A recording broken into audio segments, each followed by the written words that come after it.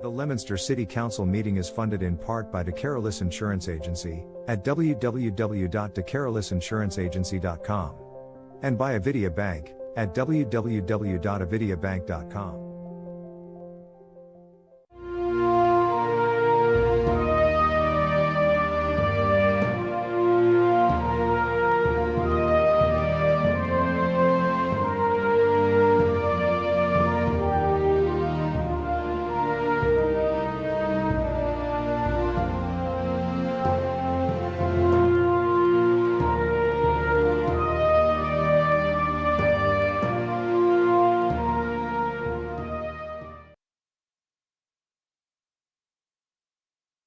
A public hearing for the Finance Committee at 6 p.m.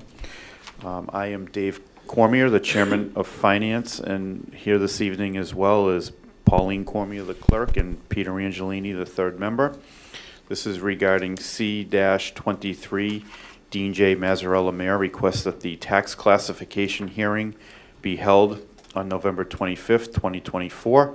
So we do need to have a hearing to set that that tax classification, and at this point I would ask Rena Gagné to come in, and Jen Reddington, the comptroller as well,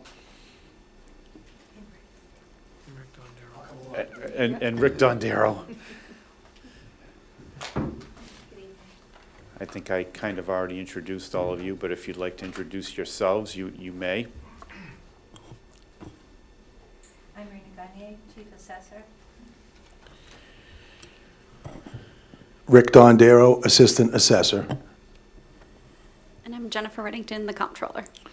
Okay, thank you all for being here this evening. This is our annual ritual that we have to set this classification. So, as always, you put a nice booklet together for us, and I'll let you sort of take it away and just explain basically, you know, how we arrived at the tax rate of 1403 and what some of the factors were that drove this data in this booklet. And then we'll open it up to questions and answers from the council, and then we'll open up to the public. Just to clarify, the book, we have a new rate of 1403. Previous books dated 1412. Unfortunately, it didn't get onto the website today. We'll do that tomorrow. Update what's on the website. So if you're watching at home, the booklet that's on the website is not updated. Can you double check your microphone to see if it's on? Yeah, that better? Yes, Okay. yeah, perfect. You got to eat the mic a little bit, get it closer to Okay. you. Can you start over, please? Sure, of course. This booklet was updated today based on some new figures that were entered into the DOR website and gateway, which brought the tax rate back down to 1403 potentially if you do not do the split. Online, if you're watching at home, that booklet that's online will be updated tomorrow. Okay. Okay, so the Perfect. reason for us to be here tonight is to decide whether or not the city would like to split the tax rate. The tax rate is based on the levy divided by the value, and that's what gives us our tax rate. So the figures this year, $91,416,970 divided by that. That's changed though, Jen. Right? We divided that by the Rena, what pages are you on? Page 12. Thank you. Yep.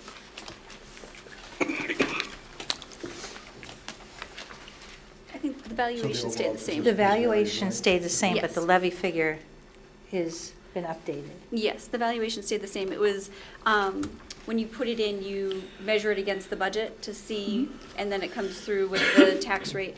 When I was entering everything in, I had included the transfers twice. So it was looking like that we had to raise and appropriate the money, and then I noticed it this morning, unfortunately, and went in Jen, and... Can you turn your microphone a little bit to... Oh, and then I went in and adjusted it so that and that's why it came back down from the 412 that it was to the 403 that it is now. So the valuations and the numbers that are in here, most of them from the book that you have at home would be still accurate. There's still going to be, there'll just be a few numbers that would be different. But And that would be on the recap sheet. yes. But all our LA4 numbers are correct. Yep, those all stay the same. I would also ask just before you begin on page 18, if you're looking at the residential tax levy column, 2025, it says $7,423,084. That looks, Oh, it looks like it cut Oh. off a number. yeah, a little low. If you could just kind of update that. Sure. I don't know, I'm assuming it's 70 some odd million. Mhm. I just don't know what the other number is as well. Okay, so if you'd like to go through some of these pages here, Rena, and just kind of give us some highlights of you know, where we stand in terms of you know, some of the highlights of the valuations over the past year and how they've changed. Sure. Do you want to start on page 8? Sure. We have a 7.9 increase in percentage overall on value. Page 8, right? Now that's on all properties? and That's all- correct, The all entire types. city, the entire city of Leominster? city. Okay, That's an 7 average. Okay. On page 9, you can see the tax rate has continually gone down. And that is because the values of properties up. are going up? Yes, Okay. correct. Yep, And that's also based on sales. You have to remember, sales drive the value. okay. Then on page 10, you're seeing in millions, the change in the excess tax levy capacity from 15 to 25. Then on page 12, we have our actual LA4, which has the breakdown of all the classes and their value, showing at the bottom the real estate and personal property value and the exemption value.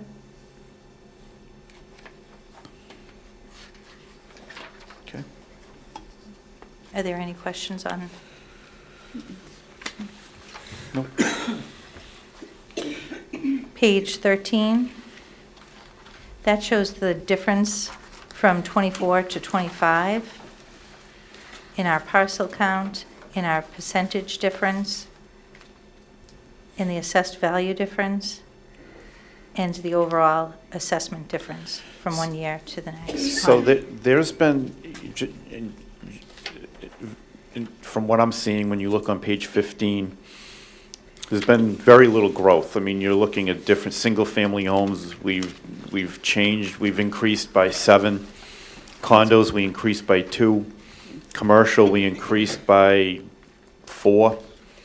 And then industrial, it's showing we actually lost about 8. I'm assuming maybe was there some possibly reclassifications of properties? I can speak. Rich? Yeah, sure.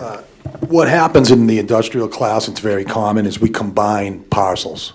Okay. So technically, you could have a building straddling 2 parcels, where we may recommend that they, for assessing purposes, combine them. And that's why in those 2 classes, commercial, industrial, you'll see them go down, which seems strange, but that would account for that. Okay, makes sense. Okay. Also change of use. Change of We've had some use. change of Sometimes use Okay. on They would have already industrial been washed out properties. before you see Okay. it, but usually the back lot gets combined to the larger lot, and it's usually has diminishing returns. It's not like 50/50. It gets absorbed So, by the other value. Page 14, it breaks down a little bit more as far as our residential, commercial, industrial, which ends up at that 7.94%, right? Okay.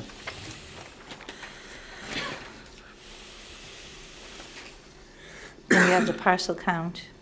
Yep, which we already kind of highlighted We did. on page 15. Now we go into the tax levy part, if you want to start on page 17 and work through some of that. Sure, so on page 17, if you're looking at FY '25, you're seeing that in billions there, I'm sorry for the colors, it's a little hard to see. The 5.33, that would be if we were to change the residential, the factor of 1.5, you can see it's just a small change. Mhm. It's not a substantial change. So in order to really see that change go higher, you would want to use a higher factor than the 1.15 that page is showing. Right, so that just shows the trends that if we did. Yes. What would happen if we did start to split, right? Yes. Yeah, okay, all right. It's showing that it would take a significant movement to make the split worthwhile. Right, You wouldn't right. be able to make small, adjustments. It Right. would have to be a huge shift over to the commercial side. Right. And that's why we, generally stayed with a single factor. Okay.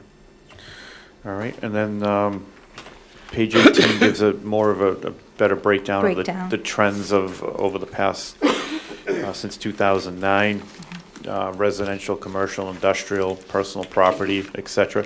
Now, some of the personal property that's going to increase as we have TIFs that are out, right? So as those TIFs mature. Oh, as they expire. As they expire, Yes. right, some of those taxes will increase over, unless we do more Correct. TIFs, right? Some of those will increase over the next however many years, however many TIFs we have out there, right? Correct. Okay. All right. And most of that stuff, David, is on the buildings as opposed to Right, personal I think we property. only have, Most of the TIFs are industrial buildings or a couple apartment buildings, but not a lot in personal property growth there. But the land is finite, so when they go into a TIF, we value the land. It doesn't go up and down. And then as the improvement, say it's a 5-year, $1 million project, be $200,000 a year in value added in 5 increments. And at the end of the 5 years, you'd be at the $1 million if that was the overall value. So most of that's in the buildings. Okay. Moving on to page 19, anything you want to, highlight here. yep, So the new growth this year was a little bit lower than last year. In that being said, we still came in at a better tax rate. New growth is funny because there's so much dependent on growth, and one year you might have more growth than depending on what's happening. And what we saw during the pandemic was quite often growth was down because of the supply, and then it becomes supply and demand, and so that chain changes. But this year, I think we're pretty stable, I would say, in growth. Rick, wouldn't you say? close. The Yeah. number was pretty close to usual. yeah. And that's highlighted on page 21, right? The new Yes. growth, yep, Yep. okay. Page 20 is 10-year new growth. Yep. And then there's the a chart. chart on the next page. The chart, Yep. yes.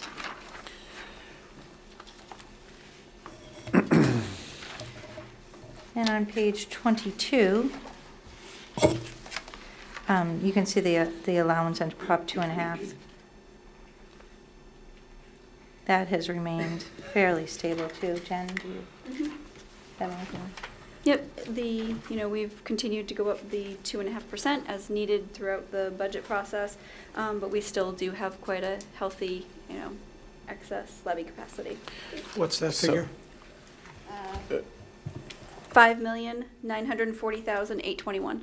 Right, so there's nearly $6 million that we could collect annually but we don't because we have that excess levy capacity. Yes, and if you Right. see on page, the calculation on page 19 shows that maximum, that 96,775 over on the right. That's how DOR calculates it. They go through that process each year, and that 96 million is the max amount that we could tax. We don't, but that is what our 2.5% is also based off of. So next year, when we go to do our budget, we will times that by 2.5%, and that will be what our allowable increase is, unless we go into our, excess levy capacity that we have building. We do try to keep that at like a, stable rate so that it's not continually growing. By percentage, is that about 6%, For what? the excess levy capacity? Oh, to the, I think so. It's not quite 6%, but yeah, it's close. And so it's stayed around the 5 to 6 million range. That's what we try to keep it. We don't want it to obviously grow. It's not a real, popular funding source, so Yeah, we keep once it stable. once you do it, you can't, it's impossible really to get it, right? Yes. So Moody's and those folks, they don't like to see that number grow. Right, and and as the budget gets tighter, it's harder to, stay within it as well. So, but that's just what that, translation. So that 96 comes over to that page on 22. You can see in the first column, 96, 775, 106. And then what we actually raised this year was the 90,834, 284. And the difference is the amount, the excess levy capacity that could be raised at some point in time.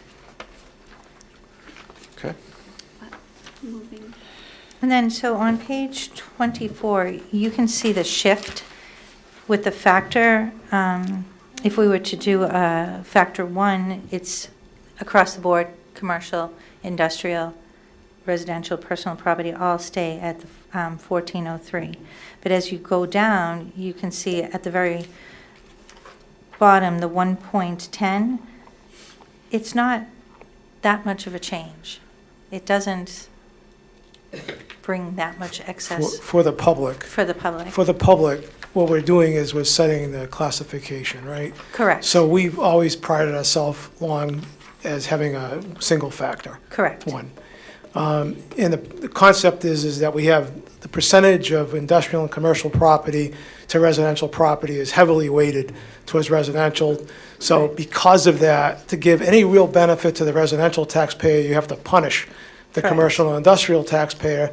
And to the extent you do that, you discourage industry and commerce from coming here, and that kicks back to the residential taxpayer in the end, suffering from the market condition of not attracting industry and commerce here.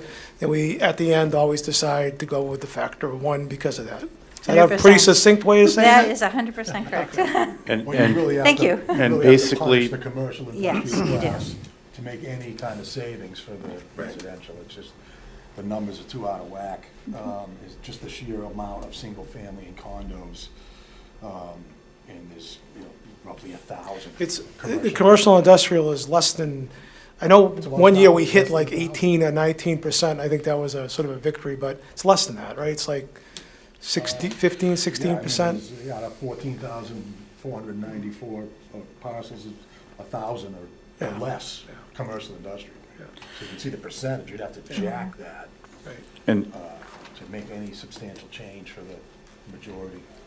And basically, the average annual increase for a homeowner is $191 under what you're proposing we do, Correct. right? Under this factor of 1. Okay. All right. Is there anything else you want to highlight in this booklet? One of the things that I always look at every year, and I don't see it in here, maybe I missed it, is how many communities over the past year have shifted, Oh, I think there used to be a page where it would show us like yeah, how we many. might have included that in the past. Yeah, but I can look that up. Yeah, we and- could find. yeah, Yeah. I'm just curious, and if you know how many did and what ones, it's interesting to kind of Yes. try to. I did look at that, but I can't tell you tonight. Yeah, okay. Yeah, I know it used to always be in here, but We'll make sure for next year. perfect. Okay. It's one page I always look at, and I always wonder why, Is there anything else you want to highlight, or should I open up to questions? I think you could Okay. open up to questions. Counselor Cormier, do you have any questions? Counselor Angelini? No, just, just an observation, Mr. Chairman. I mean, if you look at page 29, and you look at the average single-family tax bill over the past 10 years, it increased to just shy of $2,000. So you have that pretty steady $200 average increase annually. So, Yes. Yeah. and I mean, I think people have come to sort of expect that and welcome it, but I Right. think that, that steadiness, I think is something that people can count on and plan on, so. Well, we'd love it to not increase, but it's. Well, we understand, I mean, anybody that's out there paying bills knows that everything's gone up, and I think more significantly than the increase here in value, so. Sure. And I think the community, we're doing well by the taxpayer, we're trying. Absolutely. All right, well, thank you. And I was just gonna say, and with this year, we even had a 4% decrease with our budget, so, we are very conscious of, this and do try to, live within our means. Yeah, I do. I will note that I read last month that the state's tax revenue was down, I think, $86 million. So tightening our belts is probably a darn good idea. I think there's going to be some pain coming. Right, and with the net school spending money, just increasing it, and the state money going down, makes it hard. Exactly. All right, thank you. Okay. Thank you, Mr. Chairman. You sure? Any counselor have any? Counselor Frida?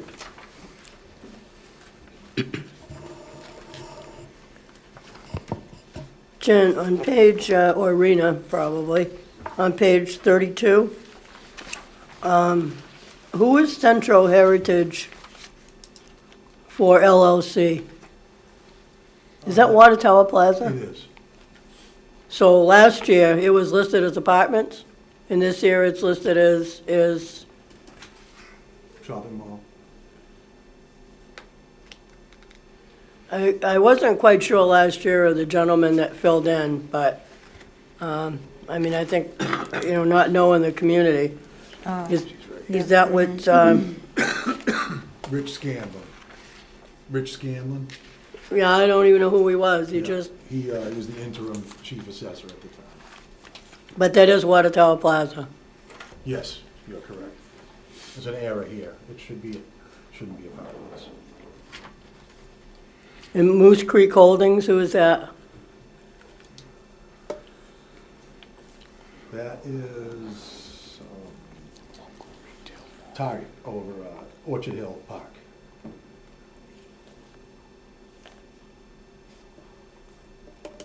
Okay. That's Orchard Hill. Multiple parcels, it's a mall. Am I correct in assuming that last year to balance the budget, we dipped into some of the excess levy capacity? We did, we Very went into. We slightly. did, small- because Yep. instead of 6 million, we went almost $1 million into that No, levy capacity to balance? no. It's a few it's hundred thousand, wasn't it? I think it's like the state numbers did change from the budget to here because we go with estimated numbers. So I think it's about 400,000. It's Well, we went from 6,000 down to 50, It went from 6.4 million to 5.9. So it was like 420 something, 470 something. Yeah, we did. We were hoping the state would go the other way, but it did not happen. now, this year, we're gonna be dealing with all the new contracts. I don't know if that was mentioned. I don't think we have police, fire, Yep. DPW, Yes, that are all gonna, and teachers are all set, yes, teachers are all set. but they usually set the stage for the tone. others. Not a secret. So that's, next year's budget time is gonna be a little bit different. And with the discussions about a new school, I don't think there's a whole lot that's being discussed, other than, I know we have 3 members on the council that are on the building committee, but, the numbers that are floating around the community from, 200 to 250 million, and I mean, certainly we can't do it without a debt exclusion or an override, I wouldn't think. Not 200. It would be, or it's around 120 million. So, and then we would get reimbursed from MSBA for a portion of that. We don't have the final numbers on Right. what it would be. So we'll find out more in the coming months. So you don't think we need a debt exclusion? I will find out. I'm not going to say yes or no, but we'll Yeah, find out when. I'll bet with you. Huh? I'll bet with you. We'll see. We're looking at all our options right now, and I don't want to, speculate one way or the other until we know what the actual number is that we're looking to fund and what we're going to get reimbursed from MSBA. Those numbers are what you're thinking? Okay. All right, I was most concerned. Again, I think we need to stress the fact for the public that we are not setting the tax rate tonight. We are not. I mean, we're going to all get calls sometime after this. I mean, for 30 years, I've been getting a call the day after. Yep. We just give the rate, the tax is pretty much set, and we tell everybody to show up for the budget hearings in June, because that's how you have to arrive at the number. So, not much we can do about it tonight anyway, except, confirm the single rate, as the president said. We've done it for forever, and I think it's certainly proven how valuable it is to us. So, thank you. Okay. I'm good. Anybody else from the council have any questions? Councilor Shalfo-Zephyr. Thank you. This is for Rick. Rick, when we were talking about TIFs earlier, tax increment Yes. financing deals that we make with businesses Right. as an Yes. incentive.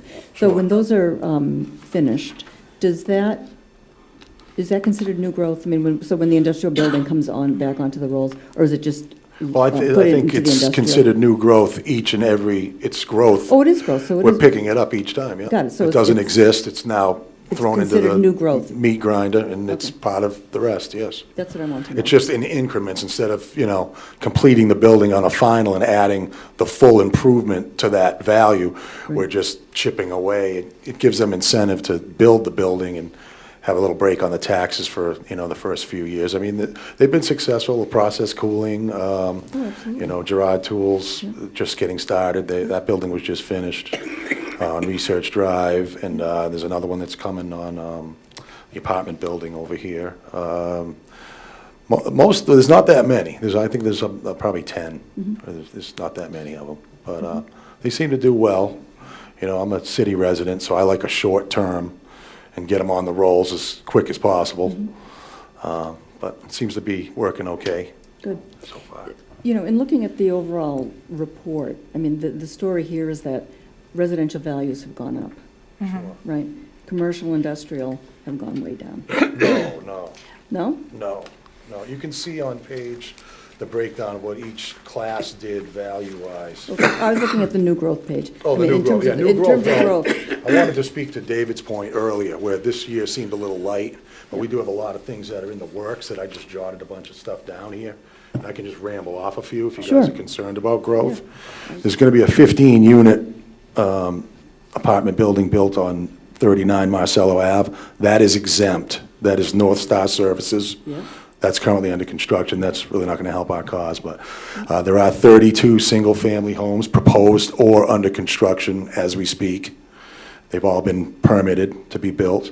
2 families being built. There's a 5-unit condo complex on Cottage Street going to be built. Brooks Pond has, these are big ones. We got 2 more 21-unit buildings and 1 more 17-unit building. And I also heard that he finally purchased 40s. He's probably going to try to put a building there as well. So those are some pretty good gets. So we will have growth to look forward to in the future. right, but not commercial or industrial, there's really not, Well, Brooks Pond is considered commercial. is it? Okay. Yes, it is. Because of their apartment, it's a larger apartment complex. Yeah, Okay, we consider them as commercial. okay.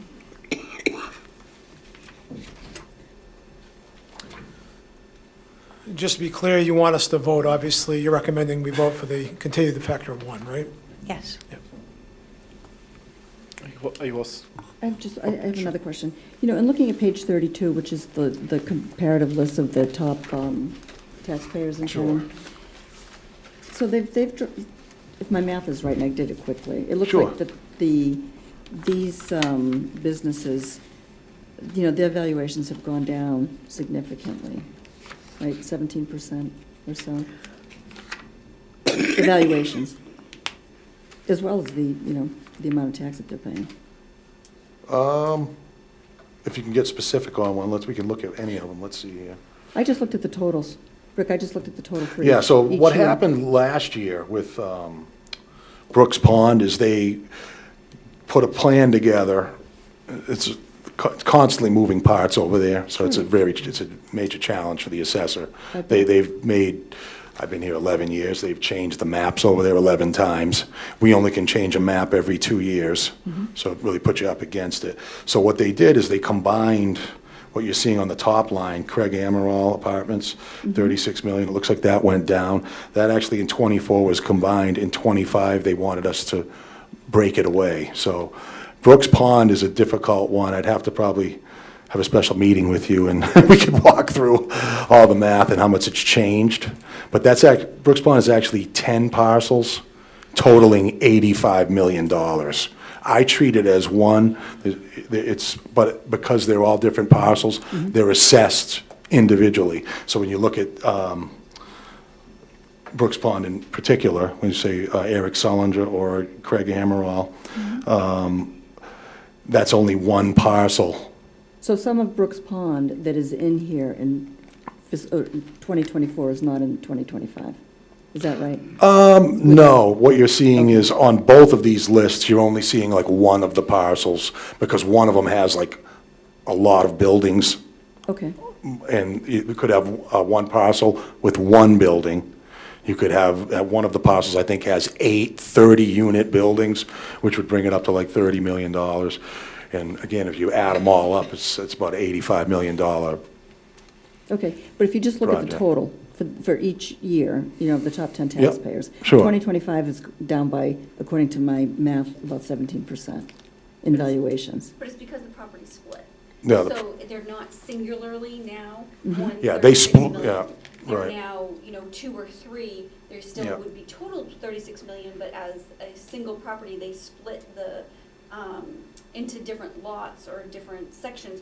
So when Right. you look at one singularly, it's not together as 36 million anymore, so they don't rise in the highest taxpayers. Yeah, so you're not Okay, seeing that's- them. Okay, Yeah, it's just because they've split the parcels up Got and it's it. how they're assessed. So it's not necessarily, if you added them all together, parcel for parcel, it's probably similar. But when they change the structure of how they are, that's why they shuffle in the leadership board. okay. It looks like a big decrease. Well, it does, but we'd have to look at each one individually and try to figure out which one went up, which one went down, Okay. and why. Could be depreciation added to those buildings if they were once new. As far as the Brooks Pond, to Jen's point, that's an easy one, because they're combining and subdividing lots constantly, which changes the value. We might have had one building on now, they made a plan that now there's 6 buildings on it. It would dramatically change it. In most of these, they've broken it out more to add more buildings, so they have to revise their plan constantly to make it conform to zoning requirements. Okay, so the new growth that we're looking at is really in housing? Throughout the Mostly city? at this point, yeah, a Okay. lot of it, yeah. Okay, thank you. Okay. All set? Counselor Odinger, I saw your hand. Thank you. This is not really related to the tax levy, but a question that was raised at a recent veterans meeting. I understand veterans were getting a property tax exemption. Is that correct? Disabled veterans. Disabled veterans? Mhm. And someone told me that just 2 days ago, that they came down and weren't able to get that anymore. Was that discontinued? No, we still have that. You still have that? Did they come to us or did they go to the veterans agent?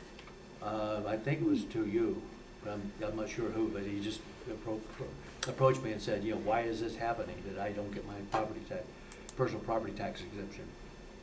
He would have to be a disabled veteran. If he's Okay. not a disabled veteran, they're not eligible for that. Well, yes, yeah, so I'll confirm with Yeah, him again. we're make sure he comes absolutely back still down. doing that. We Okay. haven't dropped that. But that was just a concern I had. Yeah. But, okay, thank you. Okay. No problem. Anybody else have any questions or comments before I go to the public? If not, oh, yeah, Councilor Frida? Just one more quick question. On page 32, with the top 10 taxpayers, is there a particular reason why there's $500,000 in amount of taxes from 24 went down from 24 to 25? Isn't that odd that it went down? Yeah, that was Sue's point. Oh, I'm So, again, I'd have to look at every assessment okay. individually. Well, it wasn't just that one, though. No, she has a great point. There's more than Brooks Pond happening here, so there could be a great explanation. Again, these values are pulled right from Vision, which is our appraisal software. So we would just have to look at each and why did they go down this much, for whatever reason. Okay. It's always changing. You know that. You appraise it. Councilor Sharp? Yep, thank you. You know, I just want to go back to page 20 again, and this is the new growth page. So, residential tax levy growth, so this is for residential, it went up $451,000. Commercial went down, right, from $61,000 the prior year to $39,000 this year. Same with industrial tax Yep. levy growth, $76,000 down to $30,000. Personal property tax, $594,000 down to $470,000. So that was my point when I was making that earlier. Those aren't necessarily decreases, those are all increases across the board. So for 24, it went up another 61,000. For 25, it only. Right, the difference is, no, it went up 39,000, Yes. but that's a significant decrease from the prior year. That much new came on the rolls in 25, where in 24, much more came on. So there was more industrial buildings being built. 691 Research Drive, I believe, was built, and Right. that's an enormous building. Let's see, there was on Central Street, there was a tow, 670 Central Street. He built an industrial building. In other words, there was more builds. We can't control that. When someone's building a commercial building or an industrial building, so there was less new construction, if you want to look But at it there that was way. some.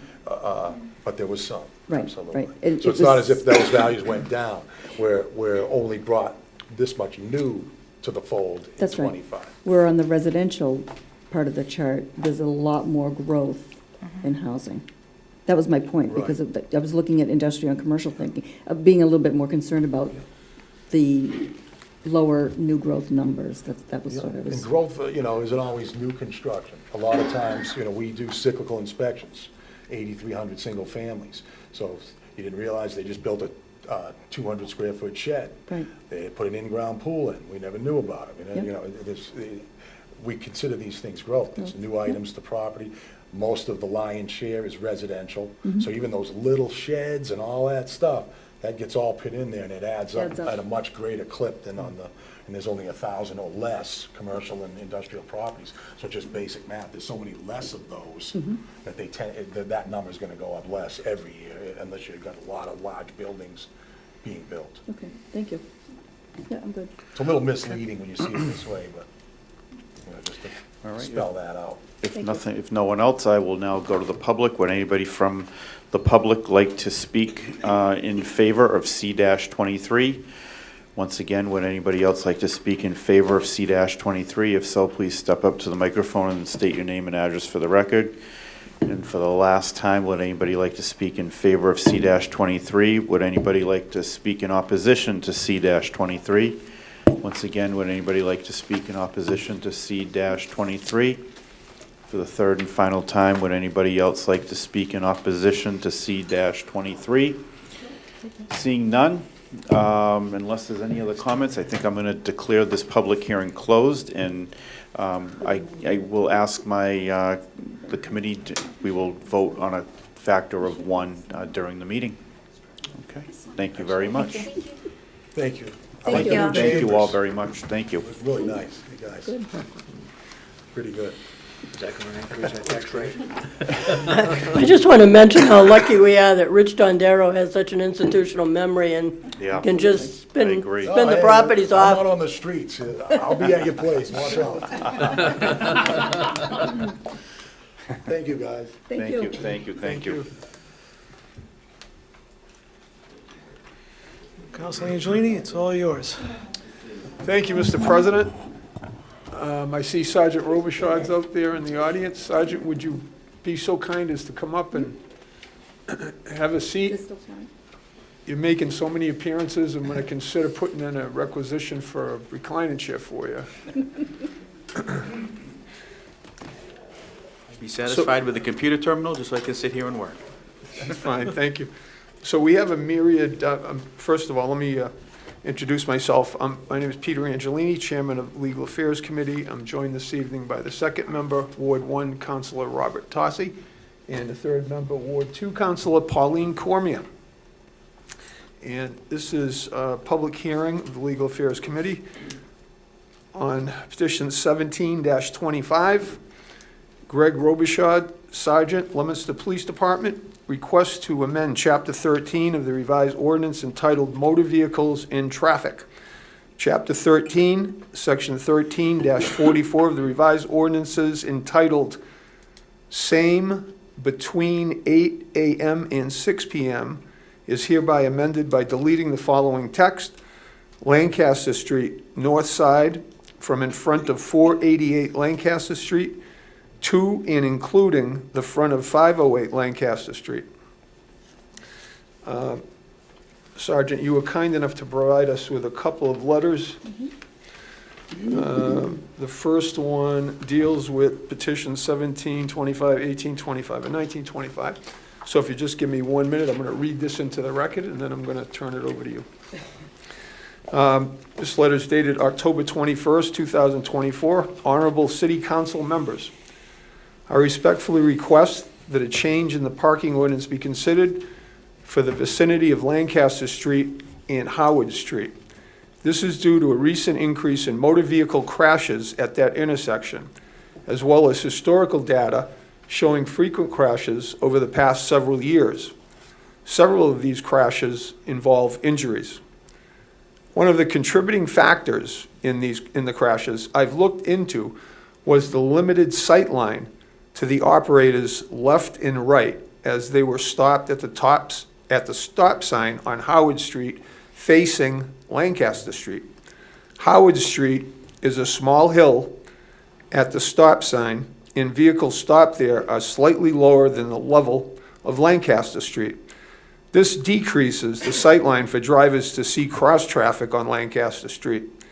Constant street parking of vehicles on the roadside in front of 488 and 498 Lancaster Street obstruct the view to the driver's right of vehicles traveling eastbound on Lancaster Street.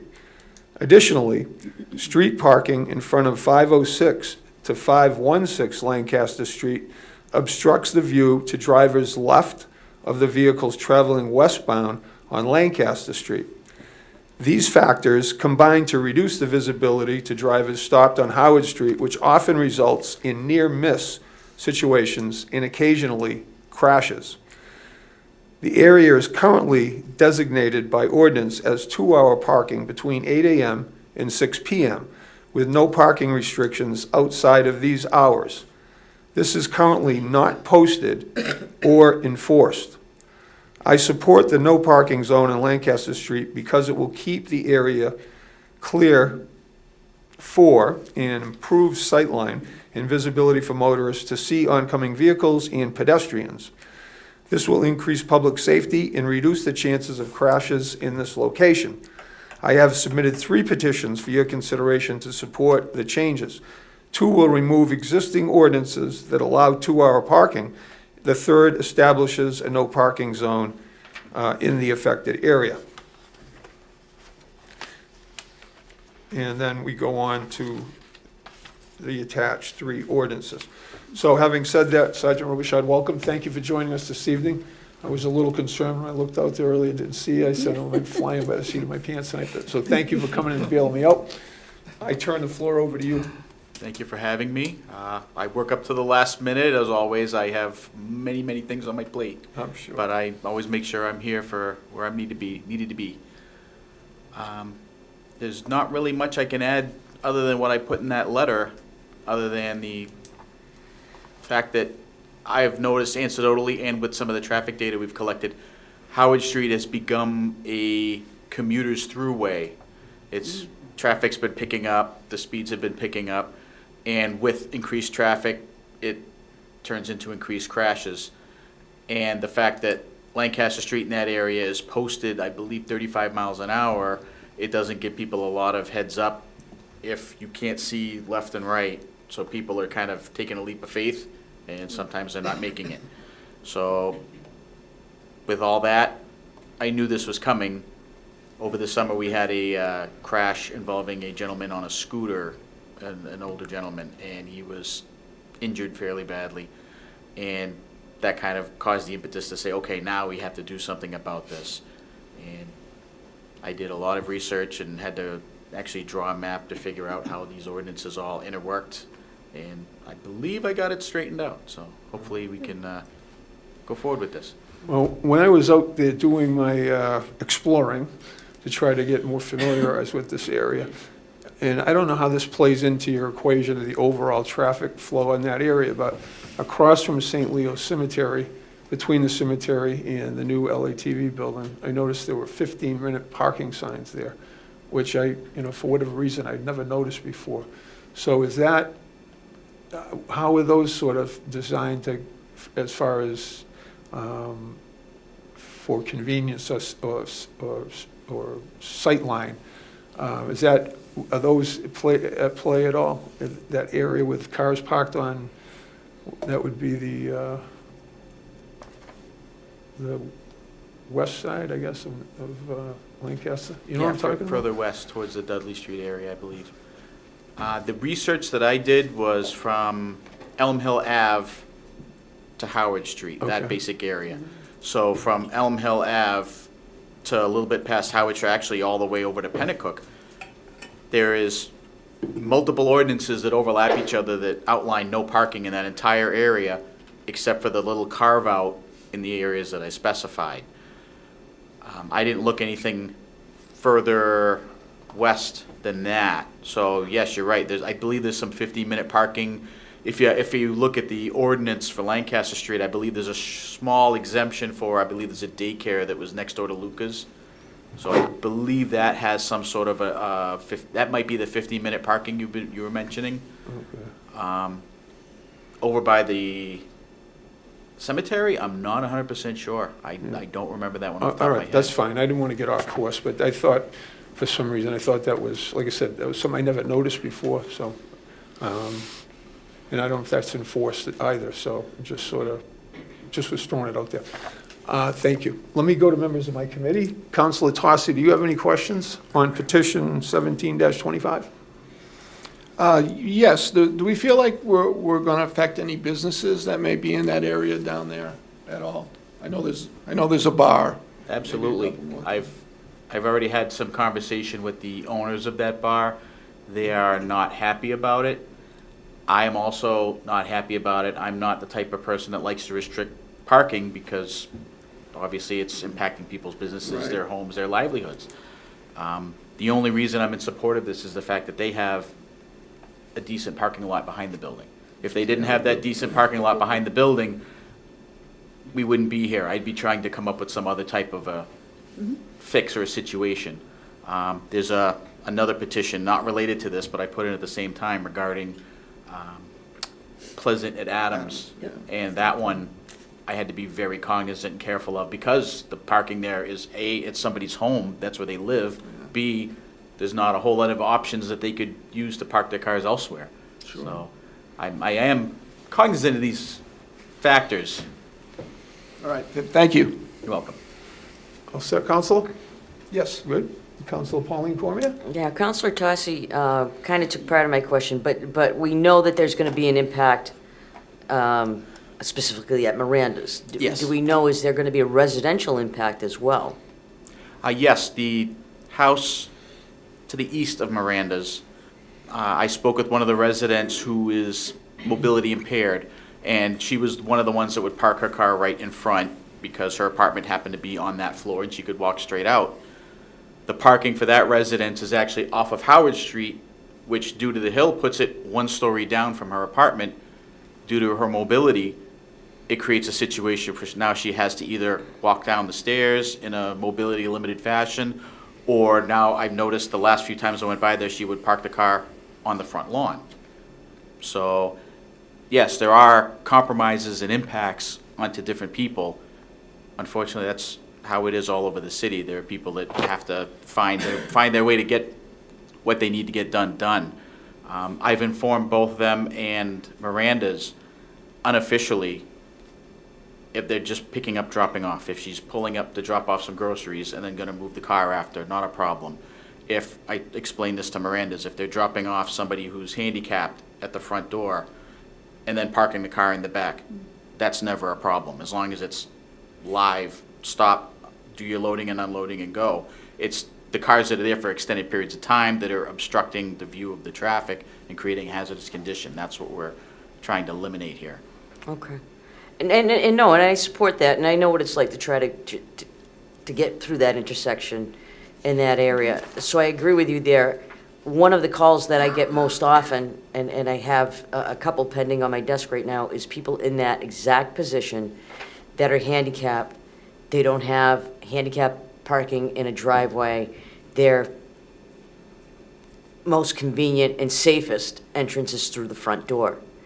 And they have handicap placards and everything else, and it's finding them parking, and we just can't, just doesn't exist, at least in my ward. It's very, very difficult to arrange. So that is one of the reasons why I would hesitate in this case, is because I know that what it's going to be like for that person to either find another place to live or make arrangements to get in and out of their vehicle. I wanted to ask you, and I don't know if this is, so also in that area, and I get a lot of phone calls, of the people that live by the Knights of Columbus, and on Sundays, I don't know if you've been by there on Sundays with the church that's there, is that entire neighborhood is almost impassable out through to Miranda's. I have not been aware of that at all. I'll have to take a drive by there Sunday morning sometimes. Yes, take a ride by on a Sunday, and you'll see the congestion makes it even worse. And it's down Howard Street as well, and it takes up that area as well. So I'll be interested to take a look at it, and we'll touch base. Thank you. Is this on Lancaster Street, or is this in like the surrounding neighborhood areas? Lancaster and Viscaloid. It's Lancaster and Viscaloid. Mm-hmm. So where the Knights are, it's that it takes up both sides of the streets and goes down up Viscaloid. Okay. Yeah, stop by any Sunday. I get a lot of calls for that over there. It's the church, yes. Which is not going to be there, I don't think, much longer. Yeah. Okay. Well, you know, the neighbors are actually they've been very good, because in their minds they say, well, it's Sunday. And it's just for a day of the week. But it makes that intersection even more difficult getting around there on a Sunday in particular. Thank you. My pleasure, Council. Sergeant, one more question before I open up to the council. So from Howard Street down to Viscaloid, and accounting for, obviously, you can't park a certain distance before you get to the corner of Viscaloid, right? There's no parking from here to corner, generally signs. How many spots do you think would be impacted that are currently on Lancaster Street? How many parking spots? I believe there are 2 or 3 in front of Miranda's and another 2 or 3 in front of the residence. Okay. And that's to include Miranda's has a driveway on each side of it, so you have to keep so many feet away from those driveways as well. Okay. From Miranda's to Viscaloid, that's already a, by ordinance, no parking zone. So the Knights of Columbus has one off-street parking spot on that side. So basically right in front of Miranda's, I believe there's 2, maybe 3 spots, and then another 3 in front of the residence. All right. Thank you. Any members of the council? Councilor David Cormier. Yeah, thank you very much. I know it's been talked about on Facebook, and I've noticed that there's already been some temporary no parking in these areas that we're talking about. You know, the fallout of passing this ordinance has already really happened by the temporary no parking. How long has that been in effect? How long have those? I don't remember exactly when I put it out there. It's probably been at least 3 weeks or so. Yeah. No parking under the the order of the chief of police as a temporary measure, just to see how it would work out pending these hearings. And so far, so good. Like you said, there's been mixed reactions from, thank you, I can see where I'm going, to, hey, is the bar closed? Is there a problem? And we have to reassure them, yes, the bar is still open. So I agree with you. A lot of the fallout's already happened, and hopefully that's the worst of it. Yeah, I know it is a tough situation to take away that parking, but it's become a very bad intersection there, especially if you're trying to come out of there and take a left out of Howard Street. So, but yeah, well, I thank you very much for your efforts to keep these areas safe. So, thank you, Mr. Chairman. You're welcome, Counselor. Counselor Frida? I guess I just have one question mostly. And I absolutely agree with that. I think we know, any of us that's taken Howard Street know what kind of a situation it is. But how are we going to enforce all these things that we're having trouble with throughout the city? When people park there, how, is that going to take somebody calling up and saying, hey, look, somebody's parking in a no parking spot? I mean, it's impossible for you guys to be everywhere in the cities between speeding, parking violations. I mean, how are we going to do this? Well, without getting into an hour-long conversation on staffing levels and call volumes and things like that, it would basically boil down to either the officer on the beat knows their beat and they drive by and go, hey, this is a problem, I need to address it, or B, it would be like you said, somebody will call up and say, hey, I almost got T-boned on Howard Street, people are parking there again. At least this would give us the tools to be able to go there and write tickets, because as of right now, people can park there, and there's not a whole lot we can do about it. What's that? Counselor Shalfo-Zephyr? Yeah, thank you. Sergeant, the person that you spoke with who has mobility issues, and you said when she walks to her apartment, so is she a renter? She's not the owner of the property? I didn't have that level of conversation with her. I assumed she was a renter. Okay. That's I'm just the wondering if the impression I owner got. of the property would be willing to make an accommodation for a handicapped person. I mean,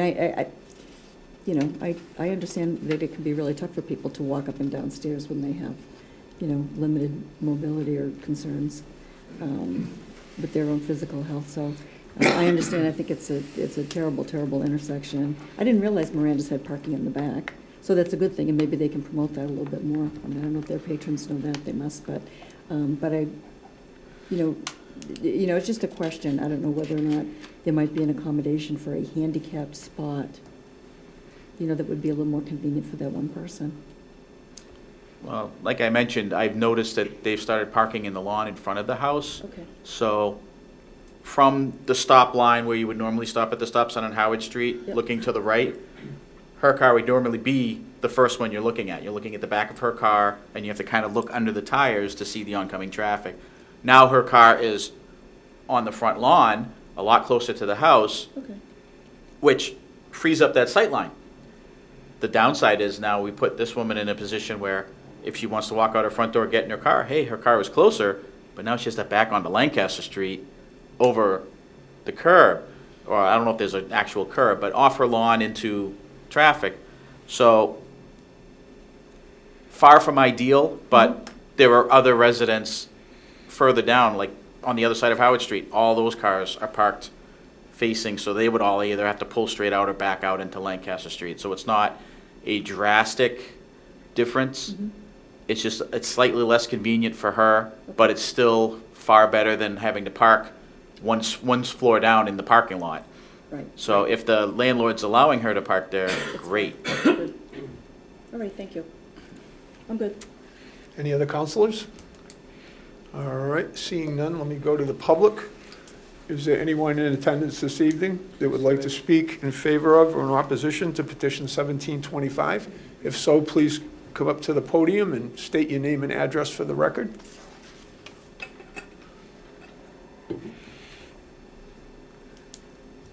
Good evening, everybody. Happy Thanksgiving. Thank you. My name's Robert Cornetta. I live at 488 Lancaster Street in Leominster, Massachusetts.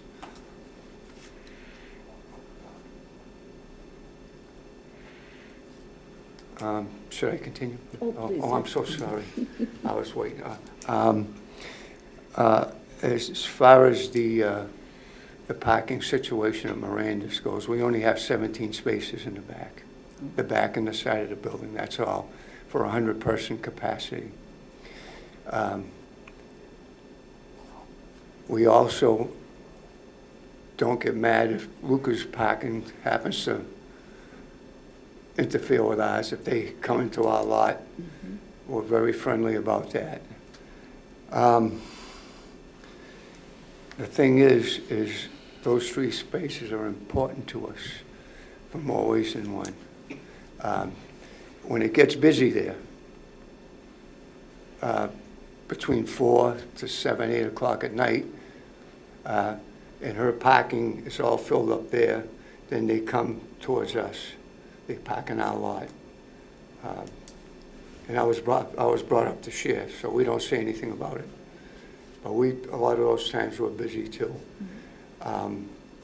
As far as the barriers that have been put up now with the no parking, doesn't work.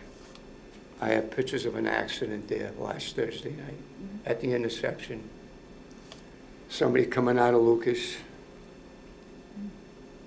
right here, somebody coming out of Lucas, it's somebody coming out of Howard Street. Okay? So whatever the vision thing is, that is not the problem there. The problem, I mean, this is proof right here, sir. That's proof. That those, you can put up all the no parking you want, this will still happen. Mr. Cornett, I'm going to give you some additional time, but it's 7 o'clock, and we have to open our meeting, which we're going to do right now with a Pledge of Allegiance. And after we do some really brief business, we'll ask for a recess, and you can resume with your presentation. Pledge allegiance to the flag of the United States of America and to the republic for which it stands, one nation, under God, indivisible, with liberty and justice for all. I'll now take the roll of the councilors in attendance, starting with Councilor David Cormier. Present. Councilor Pauline Cormier. Present. Councilor Arndinger. Present. Councilor Angelini. Present. Councilor Tossi. Present. Councilor Shalfo Zephyr. Present. Councilor Robbins. Present. Councilor Frida. Present. I am present. All 9 members are in attendance. I see that there are no records, Madam Vice President. We're working on them. Okay. I'll now ask for a motion to go into recess. Councilor Robbins, seconded. All in favor? Please recognize usual manner. We are in recess. And Mr. Canetta, you can continue. Right now? Yep. Oh, thank you so much. I got to collect my wits here. My driveway is 110 feet away from Howard Street. You can't park until you're in front of my building until you are 110 feet away from Howard Street. Now, from my research, 25 to 50 feet is all that's required at one of those intersections, from my research. And as I said, we're that far away. And this right here, I think, just proves that no matter what you do there, if there isn't a light or something like that, this is going to continually happen. I don't know what else to say about it. You know, that parking's been there forever. You know, and we really do need it.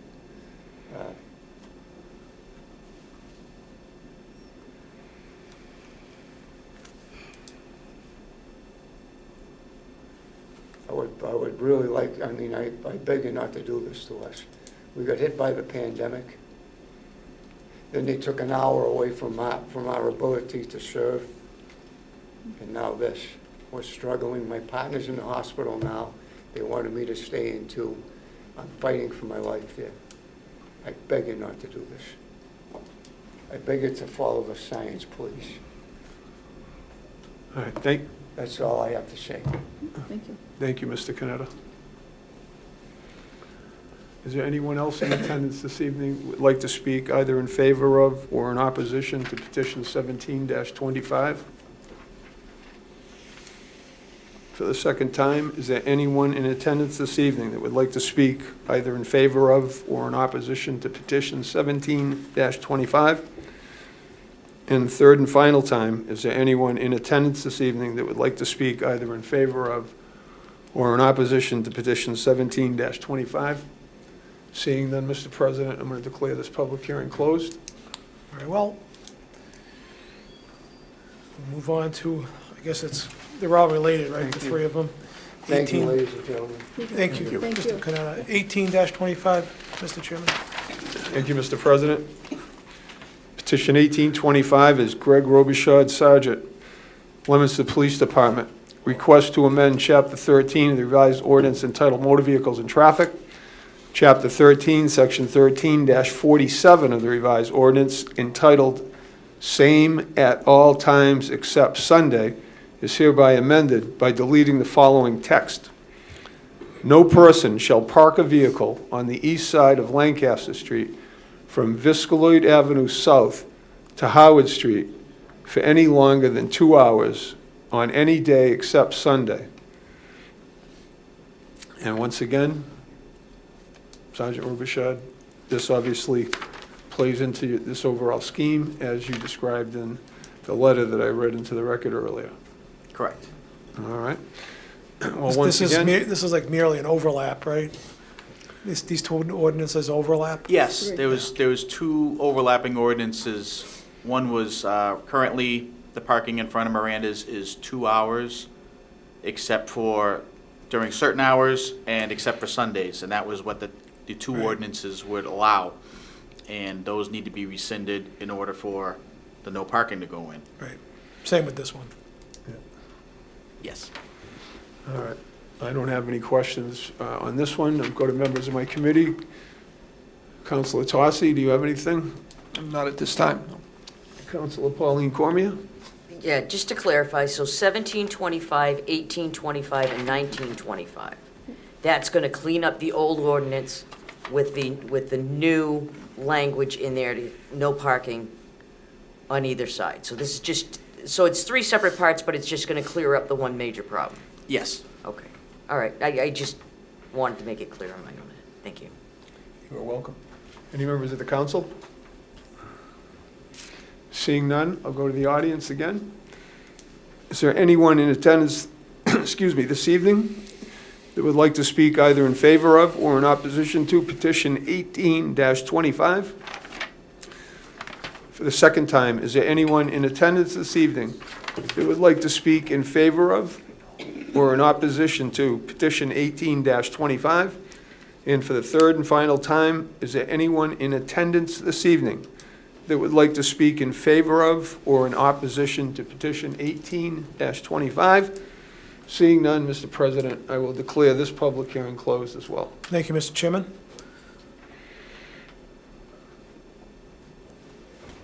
Moving on to 19-25. Coming right up. Excuse me. 1905, this is a public hearing again of the Legal Affairs Committee, petition 1905. Greg Robichaud. 25.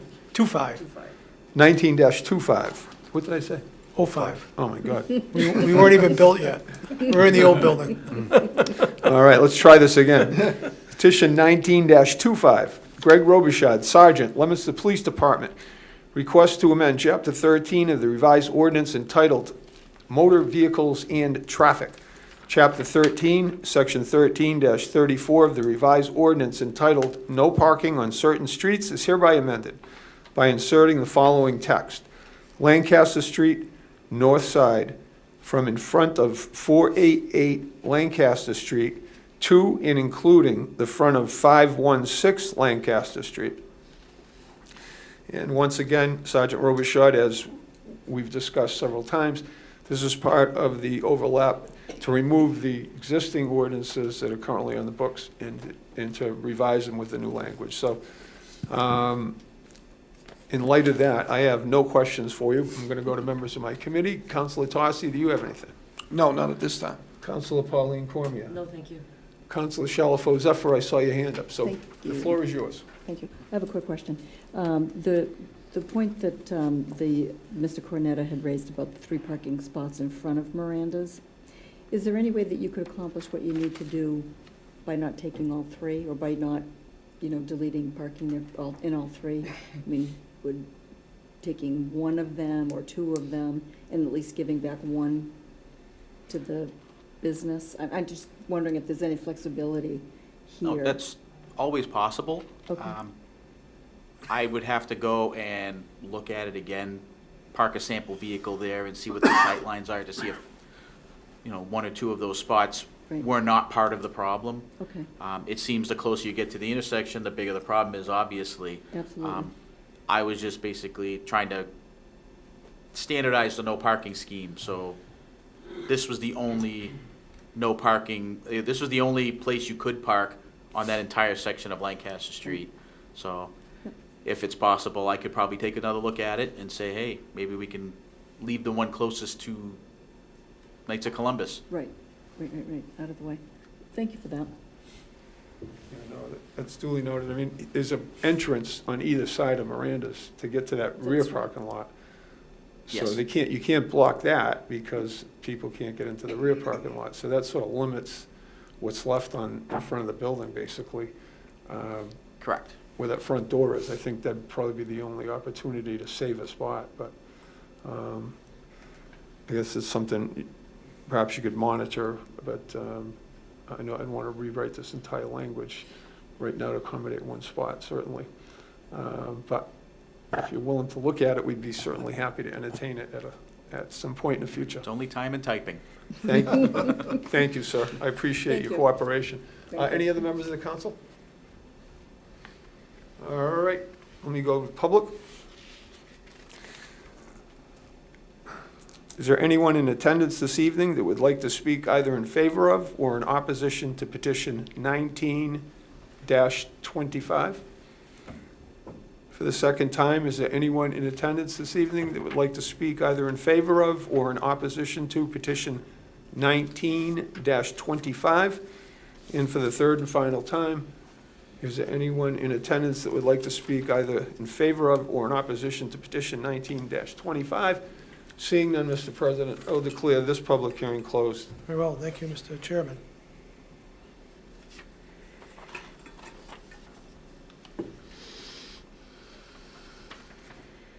Okay.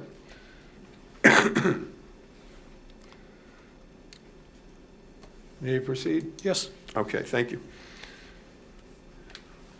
This is a public hearing of the Legal Affairs Committee.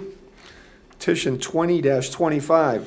Greg Robichaud, Sergeant, Leominster Police Department, request to amend Chapter 13 of the revised ordinance entitled Motor Vehicles and Traffic, Chapter 13, Section 13-62.1 of the revised ordinance entitled Same 2 Hours is hereby amended by deleting the following text. Pleasant Street, west side, beginning at a point 55 feet north of Adams Street, northerly for a distance of 313 feet, and replacing it with the following text. Pleasant Street, west side, beginning at a point 90 feet north of Adams Street, northerly for a distance of 278 feet. And once again, before I go to the sergeant, he did indeed provide us with another letter, because he was so thorough. It deals with these 3 petitions, 20-25, 21-25, and 22-25, which I will now read into the record. This letter is dated October 31st, 2024. Honorable City Council members, I respectfully request that a change in the no parking ordinance be considered for Pleasant Street in the vicinity of Adams Street. This is due to a recent increase in motor vehicle crashes at that intersection, as well as historical data showing high levels of crashes over the past several years. Many of these crashes involve serious injuries. One of the contributing factors in these crashes I've looked into was the limited sight line to the operators left and right as they were traveling eastbound on Adams Street through the intersection. Constant street parking of vehicles on the roadside in front of 41 and 43 Pleasant Street obstruct the view to the driver's left of vehicles traveling southbound from the downtown area. Additionally, street parking in front of 49 and 55 Pleasant Street obstructs the view to the driver's right of vehicles traveling northbound towards downtown. This results in vehicles becoming visible to drivers on Adams Street at the last second, which often results in near-miss situations and occasionally crashes as well. At this time, the area is designated by ordinance as 2-hour parking between 8 a.m. and 6 p.m. with no parking restrictions outside of those hours. This is currently not posted or enforced. I support the no parking zone on Pleasant Street because it will keep the area clear for an improved sightline and visibility for motorists to see oncoming vehicles and pedestrians. This will increase public safety and reduce the chances of crashes in this location. I have submitted 3 petitions for your consideration to support the changes. 2 will establish no parking zones in the affected area, and the 3rd will redefine the existing 2-hour parking zone to align with the new zone. Thank you for your consideration of this matter. If you have any questions, you may contact me at 978-534-7560, blah, blah, blah, and your extension. And then, of course, the 3 petitions are attached. So, Sergeant, I think that letter aptly describes your intent and the situation that drivers currently experience in the Adams and Pleasant Street area. I know this council has taken some steps at the directive of you and the traffic department. We've installed some no parking signs a little bit further up Adams Street where we had some congestion there as well. So I think this will help improve that overall intersection in the Adams Street area. So I don't have any questions on this. But I'll see the cones out there. They've been out there for quite a while. So, Councilor Tosse, do you have any questions? No, I'm all set, thank you. Councilor Pauline Cormier? No, I just want to say thank you, because I think we're all well aware of what a nuisance this intersection has been, how dangerous it's been. So thank you for all the work that you've put into this. Any members of the council? All right, seeing none, I'm going to go out to the public. Is there anyone in attendance this evening that would like to speak either in favor of or in opposition to petition 20-25? For the second time, is there anyone in attendance this evening that would like to speak either in favor of or in opposition to petition 20-25? And for the third and final time, is there anyone in attendance this evening that would like to speak in favor of or in opposition to petition 20-25? Seeing none, Mr. President, I will declare this public hearing closed.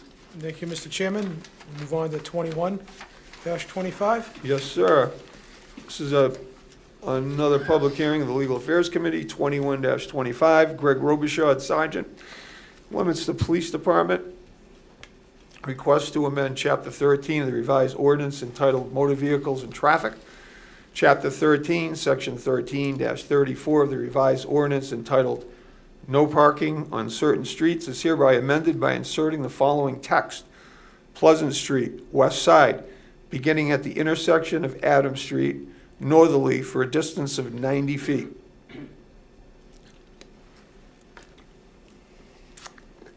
Again, this is part of the 3 ordinance parlay to improve the intersection of Pleasant and Adams Street. I have no questions. Let me defer to members of my committee. Councilor Tosse. No questions. Councilor Pauline Cormier. No questions. Any members of the council? Seeing none, I'm going to go back out to the audience. Is there anyone in attendance this evening that would like to speak either in favor of or in opposition to petition 21-25? For the second time, is there anyone in attendance this evening who would like to speak either in favor of or in opposition to petition 21-25? And for the third and final time, is there anyone in attendance that would like to speak either in favor of or in opposition to petition 21-25?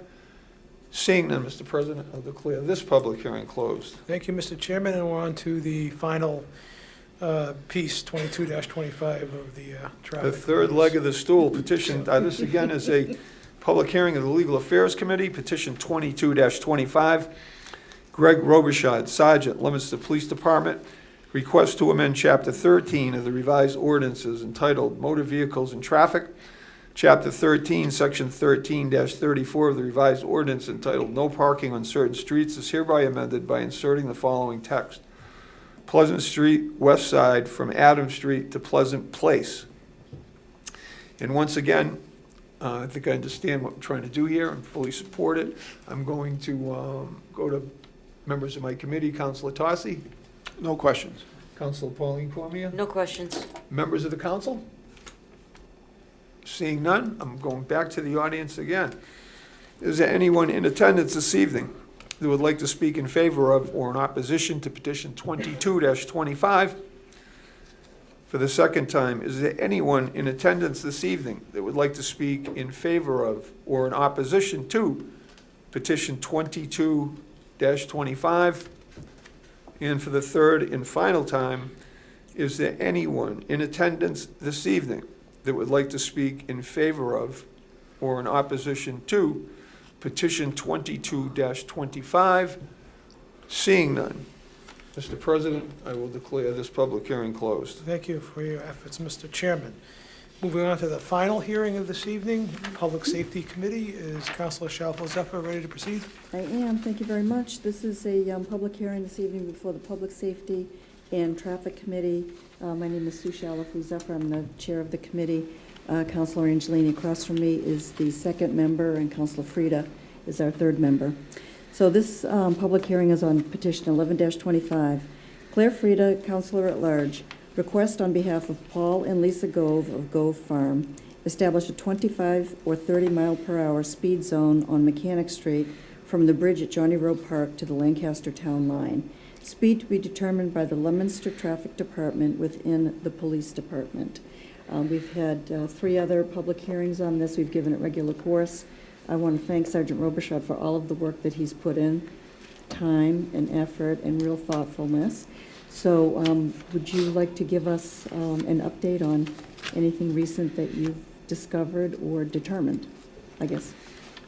Well, we had to take the traffic trailer down today in preparations of weather, snow, that sort of thing. So Okay. I was able to pull my last round of data, and since the last meeting 13 days ago, the sign is still staying at 61% effective. The speeds have crept up a slight bit. The average speed went up from 34 miles an hour to 36. The 85% speed went from 39.9 up to 41. The violation rate is still at 1%. So nothing earth-shattering over the past 2 weeks since the last meeting. Since then, I've also pulled some data as far as the department. We were doing some directed patrols up there.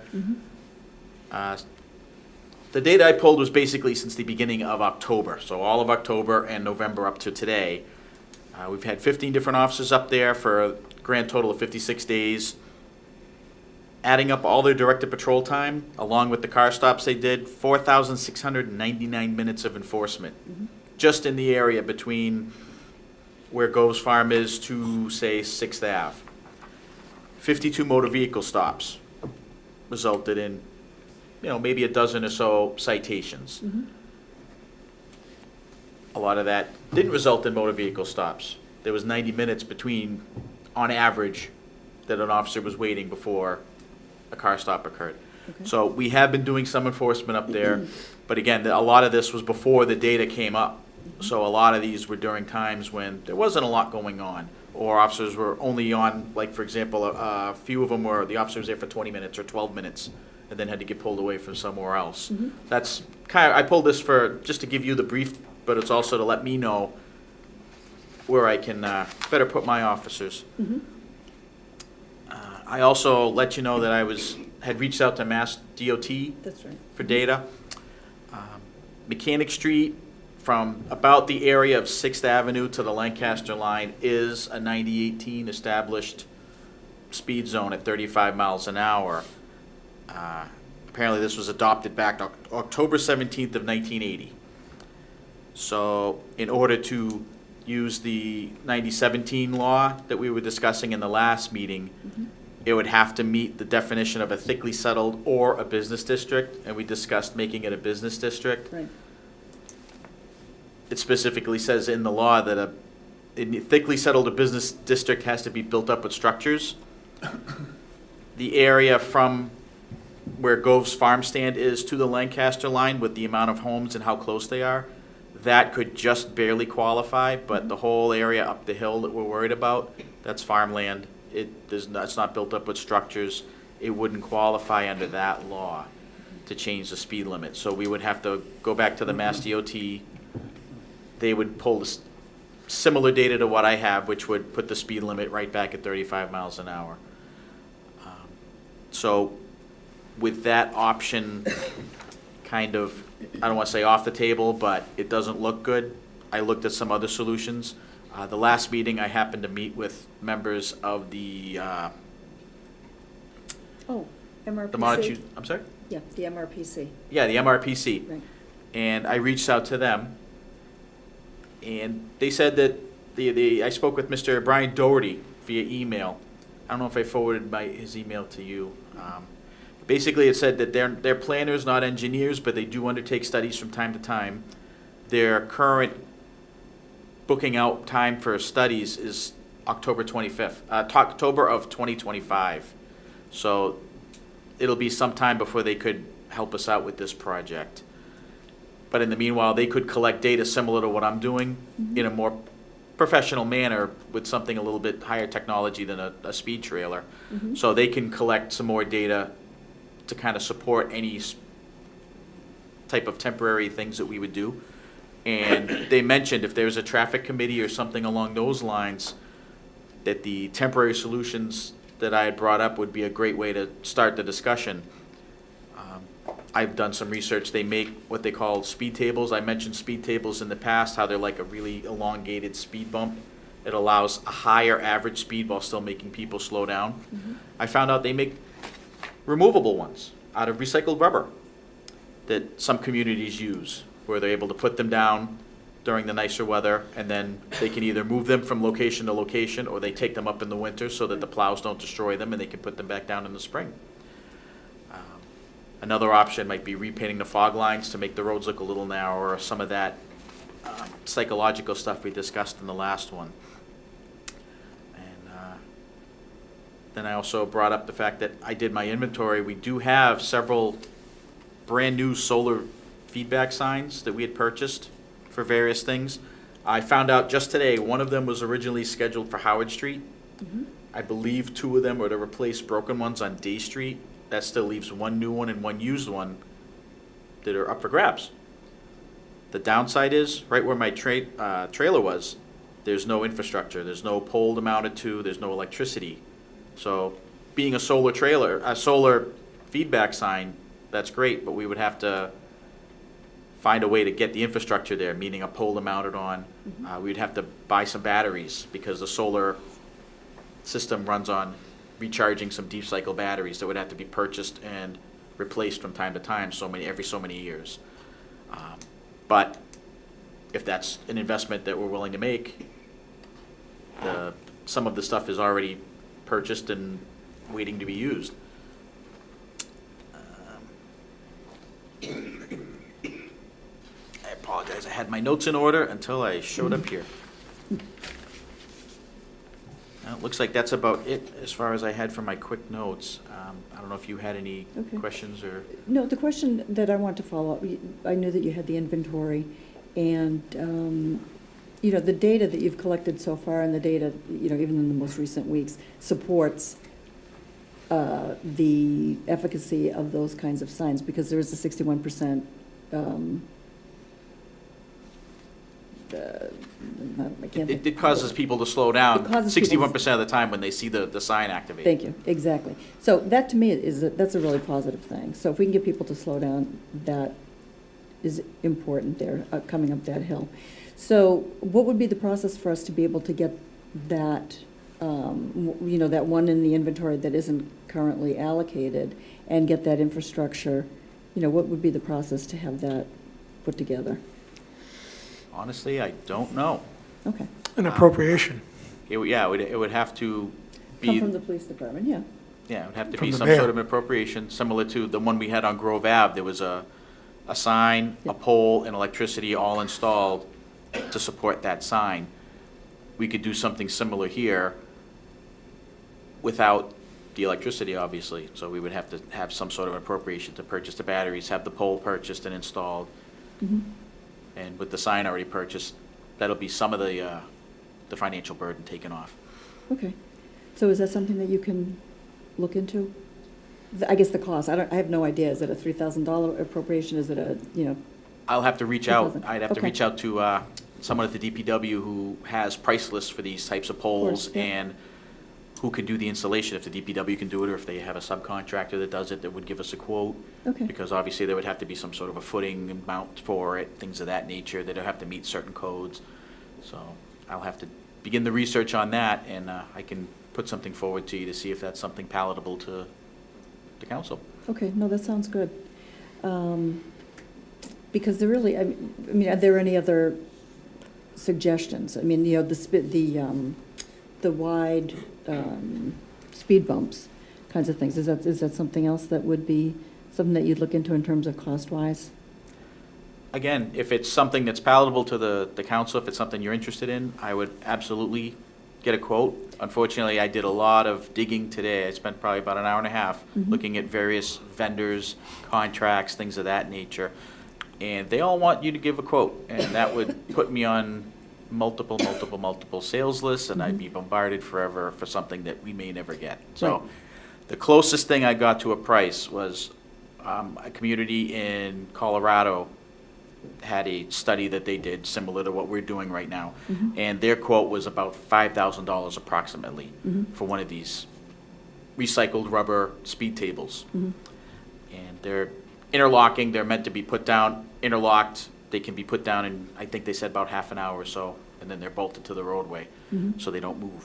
The first party you have to get interested is the mayor, because he has to make the appropriation. It only comes to us once he appropriates, so. Again, I'm still new to this process. Yeah, so I'm just for learning as I go. clarity, just for clarity, that's his authority. We certainly, if the mayor sees fit to appropriate the money to acquire that kind of capital item, then we certainly would entertain it. Right, I mean, we have what I believe is a serious public health and safety problem on that stretch of road. So whatever, the police department believes would be an appropriate, reasonable solution to that, is what I'd be interested in hearing about. So, Council Bonanza is correct, the appropriation has to come from the mayor. And I think, based on the data, this, it's a real problem. You've established that. And we want something that is going to address that problem. That's what we're here to do. So I guess in terms of next steps, I guess, you'll talk to the DPW to try to get a cost for, putting in a permanent sign. The temporary, trailer has been really, I think, very effective. It's been there for several weeks. You've gotten quality data, shows that people pay attention to it and they slow down. So I think it's an easy sell, to tell you the truth. Again, cost is obviously a factor. But, yeah, if you would come back to us with that, I think that would be really helpful. And then we could, address this problem and give the folks in that area a little bit of help. Yeah, assistance. absolutely. If there's enough interest in it, I can reach out to my contacts, I can put some quotes together and Okay, send them on to you. good. All right. And the mayor. Oh, absolutely. So at this point, I'll go to my committee. Councilor Angelini, do you have any questions? Thank you, I'll be Robichaud. very brief, thank you. Well, obviously, any of these traffic calming devices wouldn't need city council approval for anything but the funding, so. But I just was curious, when you were looking through your data, if the Phantom that was coming by there at 70+ miles an hour, if he showed up, or that person, I shouldn't characterize him by gender, but that driver, if he showed up in your data. Unfortunately, the Phantom got faster. The Phantom got faster? The Phantom got faster. Once. So, see if I So I think brought we the can data take- that showed by the hour. At 5 in the morning. So I'm definitely going to let the night shift know about that, because I have had, that's part of the reason I pulled all my officers when they were doing what they were doing. And I noticed that most of them were leaving prior to 5 a.m. because they're obviously either going to a call or getting ready for the shift change or something. So now I'll let them know, hey, maybe you want to hang around there a little bit more, because that's when you might get your high score of the day. Yeah, I don't think that's the ambulance going by. I don't think so either. Thank you, sir. Appreciate your efforts. You're welcome. Thank you, Just Madam set? Chair. Okay. Council Frida. Thank you very much. I think when I put this petition in, it was having long conversations with Lisa Gold. I was at the farm, I saw people flying by the street. She had witnessed a couple of accidents and some near misses. So obviously, there was some real concern about what was happening in the neighborhood. I mean, her whole strength was to, she was afraid somebody was really gonna seriously get hurt. That was how the discussion was left. So, you know, my suggestion to put in the 25 to 30 mile an hour was to get the conversation started. We have the authority to do the 25 mile an hour. And I think it accomplished what the Goves wanted to do, to have the conversation, to try some issues up there. It's a conversation that hasn't been had with a lot of people over the years talking about it. I mean, you know yourself, it's been mentioned before, how many people have just had the issue over there. So, you know, we're looking at it, you're looking at it, I'm putting the signs up. I think, you know, the DPW has put some signs up that are appropriate. It just jogs somebody's attention and slow it down. When I spoke with Lisa today, she said she thought the sign has slowed people down. And it'll remain to be seen now that it's gone, what happens after. But I think October is not, or November isn't the right time to be doing the traffic study either. I don't mean the right time, I'm just saying that's how it happened to land at this point. But I think in the spring, in the summer would be the time to relook at and to do these studies again. Put the trailer back there, if we haven't gotten one there by now.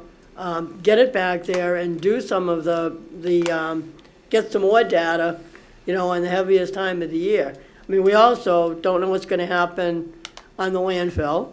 I mean, you know, whatever happens, we might be able to get a full official traffic study that might give us some ideas depending on what was proposed there.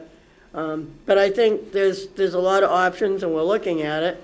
And I think that's all the Goves wanted. I'm not gonna speak, I know Mr. Goves here will probably speak in a minute, but I know, you know, what they're concerned. And it's not just for their business, it's for the public safety. And, you know, what came out of this was the knowledge and so many people saying to me, and my experiencing it myself on trying to get from 190 early in the morning, if you're gonna go to Boston or anywhere towards Boston, you can't get on Route 2. You know, you're backed up, you know, for 10, 20, you know, up to a half hour. So people are taking Mechanic Street, going down Mechanic Street, getting to Route 70 and that rotary and getting onto Route 2 down there.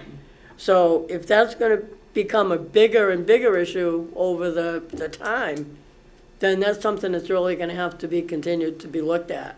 And you're gonna know it sooner rather than later because you're gonna be experiencing it as well. So I appreciate all you've done, and I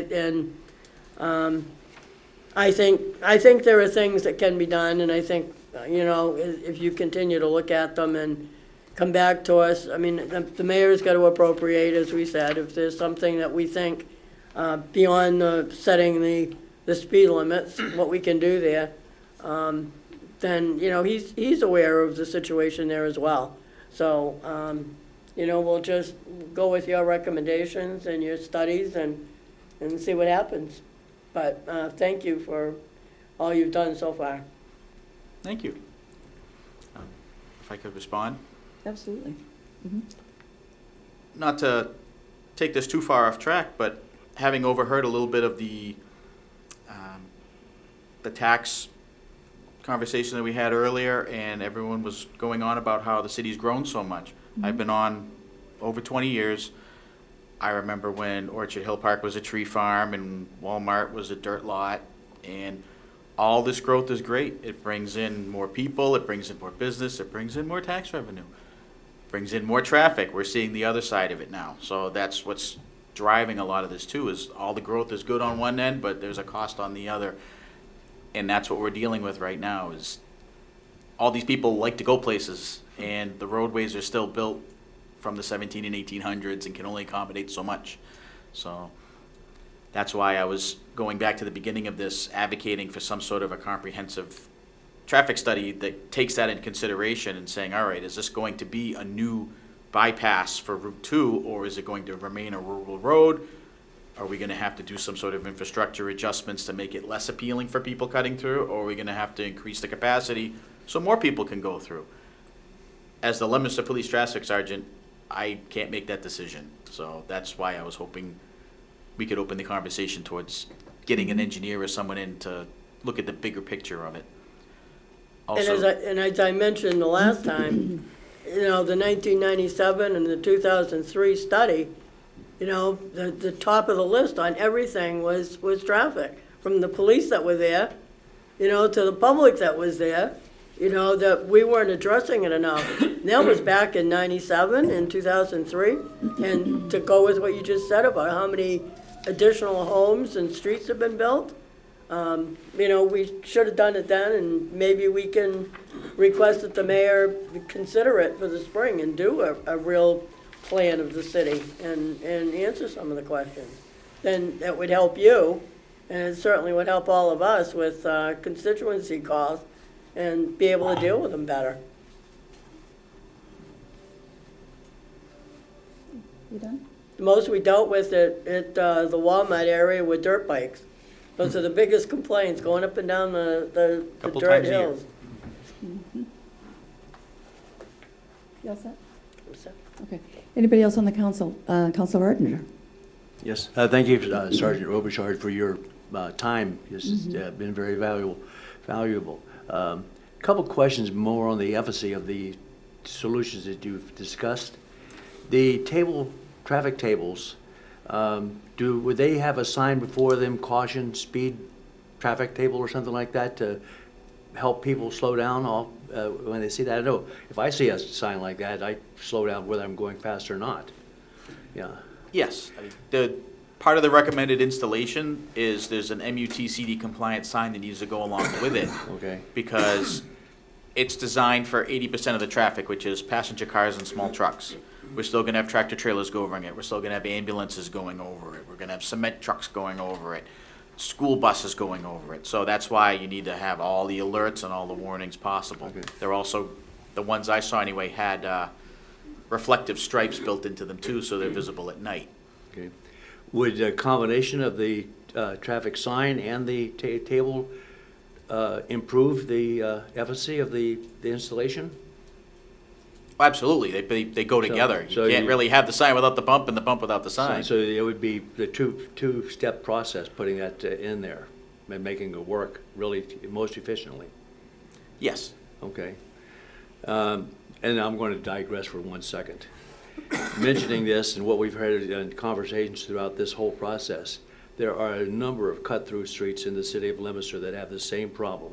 And if we had a comprehensive traffic study, maybe we could address some of these streets too. I mean, Burridge Avenue, North Leominster, Howard Street you mentioned tonight.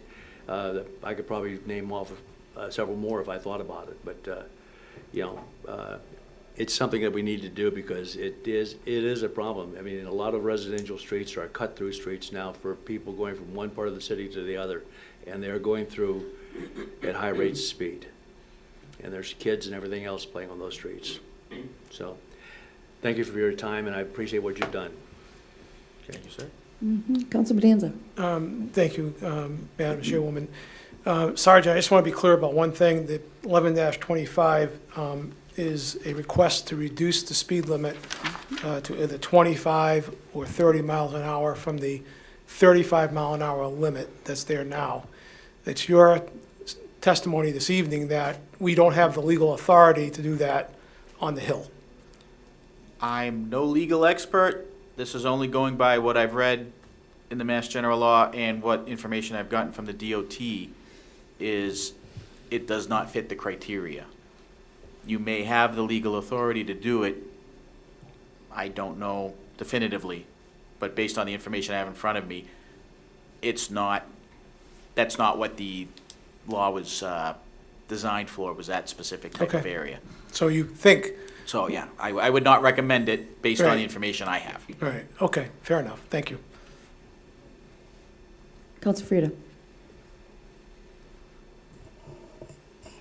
I think that's probably correct, but a yellow 25 mile an hour advisory sign could go there. Wouldn't be enforceable, but it still might work to slow people down. Potentially, yes. We found in the fact that gets to muddy the waters a little bit. If we put a 25 mile an hour advisory sign that's not legally enforceable, we may as well put a 15, we may as well put a stop sign. It's now kind of muddying the waters because now as a police, we can't really enforce it. Half the people are gonna do 25, the other half are gonna do 50 still. So we've, I don't know if you remember disagree, I back. just know there are some around town, they're Yeah, different. we've had to clean up a bunch of those signs that were not MUTC compliant, they weren't Mass DOT compliant, so I believe we had to take a bunch of them down. Hey, I agree with you, they do form a purpose, they do perform a job as far as slowing down a good chunk of the traffic, but it kind of confuses, especially where we have a much younger, newer, inexperienced department. They're gonna start writing tickets for 25 miles an hour, and then a lot of them are gonna get tossed out, and it's gonna kind of confuse people a little bit. Sounds like a great defense to a speeding ticket, if you ask me. Been there. Does anybody else on the council have any further questions? Then I'll open it up to the public. Is there anyone in the public who would like to speak either in favor of or in opposition to petition 11-25? Is there, yep, come right up.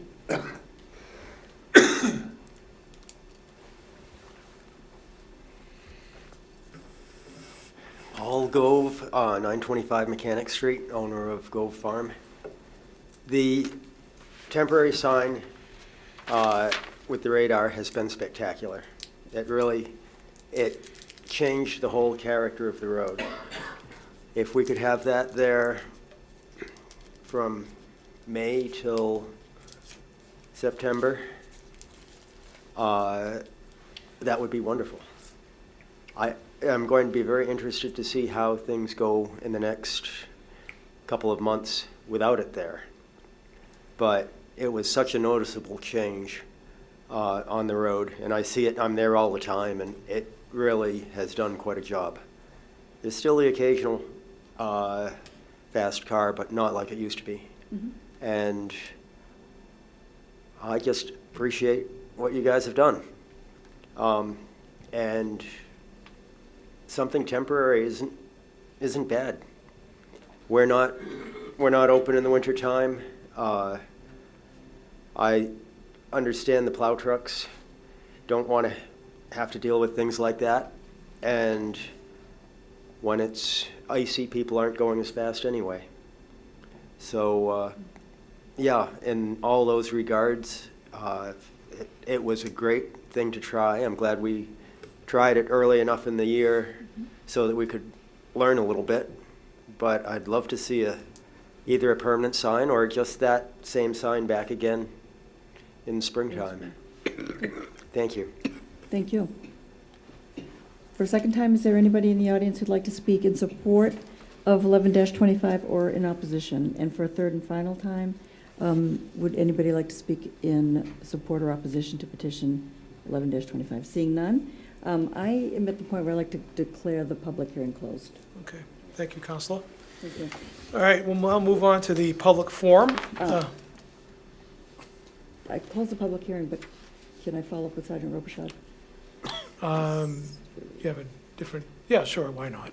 He's here. We're closing the public hearing. We're closing the public hearing on 11-25, but we're not closing the conversation about either a permanent sign or any of these other traffic calming devices. So we will continue to explore those for this particular area. Absolutely. Okay, good. All right, thank you. Thank you so much for all of the work you've done on this. You're welcome. Thank you, Counselor. Thank you, Sergeant Robichaud. We'll now conduct the public forum. The public forum is an opportunity for a member of the audience to speak on a matter specifically listed on the council agenda. Speakers will be asked to come to the microphone and state their formal name and address along with identifying the specific item or items they wish to address. Each speaker is respectfully asked to keep their comments within a 2-minute time frame. The council will not be responding or answering any questions. However, at the discretion of the council president, clarification may be given. We don't have anybody formally signed up, but is there any member of the public that wishes to address the city council on an agenda item this evening? And for a second time, is there any member of the public that wishes to address the council on an agenda item? And a third and final time, is there any member of the public that wishes to address the city council on an agenda item? Seeing none, I will declare the public forum closed, and we will move on to communications from the mayor, starting with C-25. Dean J. Mazzarella, Mayor, requests that an appropriation of $250,000 be made to the Fire Department overtime account, the same to be transferred from the stabilization fund. C-25 is referred to the Chairman of Finance. Thank you, Mr. President. I will be abstaining from this one, so I will defer this one to the Clerk of Finance. Which is Councilor... Regular course, please, Mr. President. Very well, thank you. C-26. Dean J. Mazzarella, Mayor, requests that the appropriation of $68,000 be made to the Police Department's salary and wages account, the same amount to be transferred from the opioid stabilization fund. C-26 is referred to the Chairman of Finance. First time on the calendar, Mr. President, regular course. Very well, C-26 is being regular course. Moving on to appointments, C-27. Dean J. Mazzarella, Mayor, requests the confirmation of the appointment of Lieutenant Vang Lee for the Leominster Police Department. I certify that said person is qualified to perform the duties which will be required, and I, this designation solely in the interest of the city of Leominster. It has come to our attention. We're going to say the same thing. Yeah, that that was sent to us in that exact form. However, it was corrected by the mayor's office, as I understand it. So I'm going to ask that the clerk read the corrected form, and I'm going to ask to amend the communication to the amended form. The corrected one. What? Let's see if I have a copy of it. All I need to do is add captain. Yeah, it's, you got it right now. There you go. Dear members of the City Council, I respectfully request the confirmation of the appointment of Lieutenant Vang Lee to the position of Acting Captain for the Leominster Police Department. I certify that said person is qualified to perform the duties which will be required, and I make this designation solely in the interest of the City of Leominster. If you have any questions, please feel free to contact my office. I'll entertain a motion to amend to the corrected portion. Councilor Robbins, second. Councilor Frida, all in favor, please recognize the usual manner. Okay, so the amended communication, Madam Chairwoman, I assume you're going to regular course that and set up an interview? Yes, please, if we could have regular course and send out an invitation to Officer Lee for a interview, please. All right, so you want to do that on the 9th? Whatever works with the... We're going to have a busy night but I would think they'd want to advance this fairly quickly. Yes. I don't know what the first, we have 2 hearings that night, right? At least so far. One at 6 o'clock and one at 6:30. Why don't we schedule that for 5:50 if that's all right with everybody? That's fine. Okay, so 5:50 on the 9th. All right. We do 5:45, just so that we don't, in case we're running late, we don't push all the others back. That's fine. No? That's fine. We should vote on that, I suppose. So all those in favor of establishing that interview at 5:45 on December 9th, please indicate in the usual manner. All right, that may be done. Moving on to petitions, first time on the agenda, we don't have any. Matters before the city council, and the financial report is the lead item.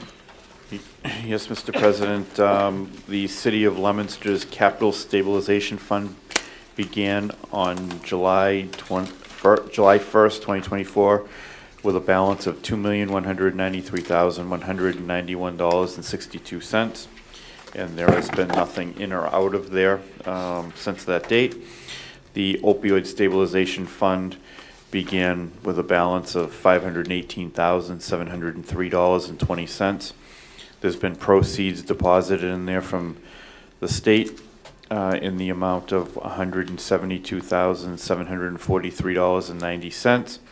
And then we have an appropriation that's first time on there, C-26. If that's approved, that will leave us with a balance of $623,447.10.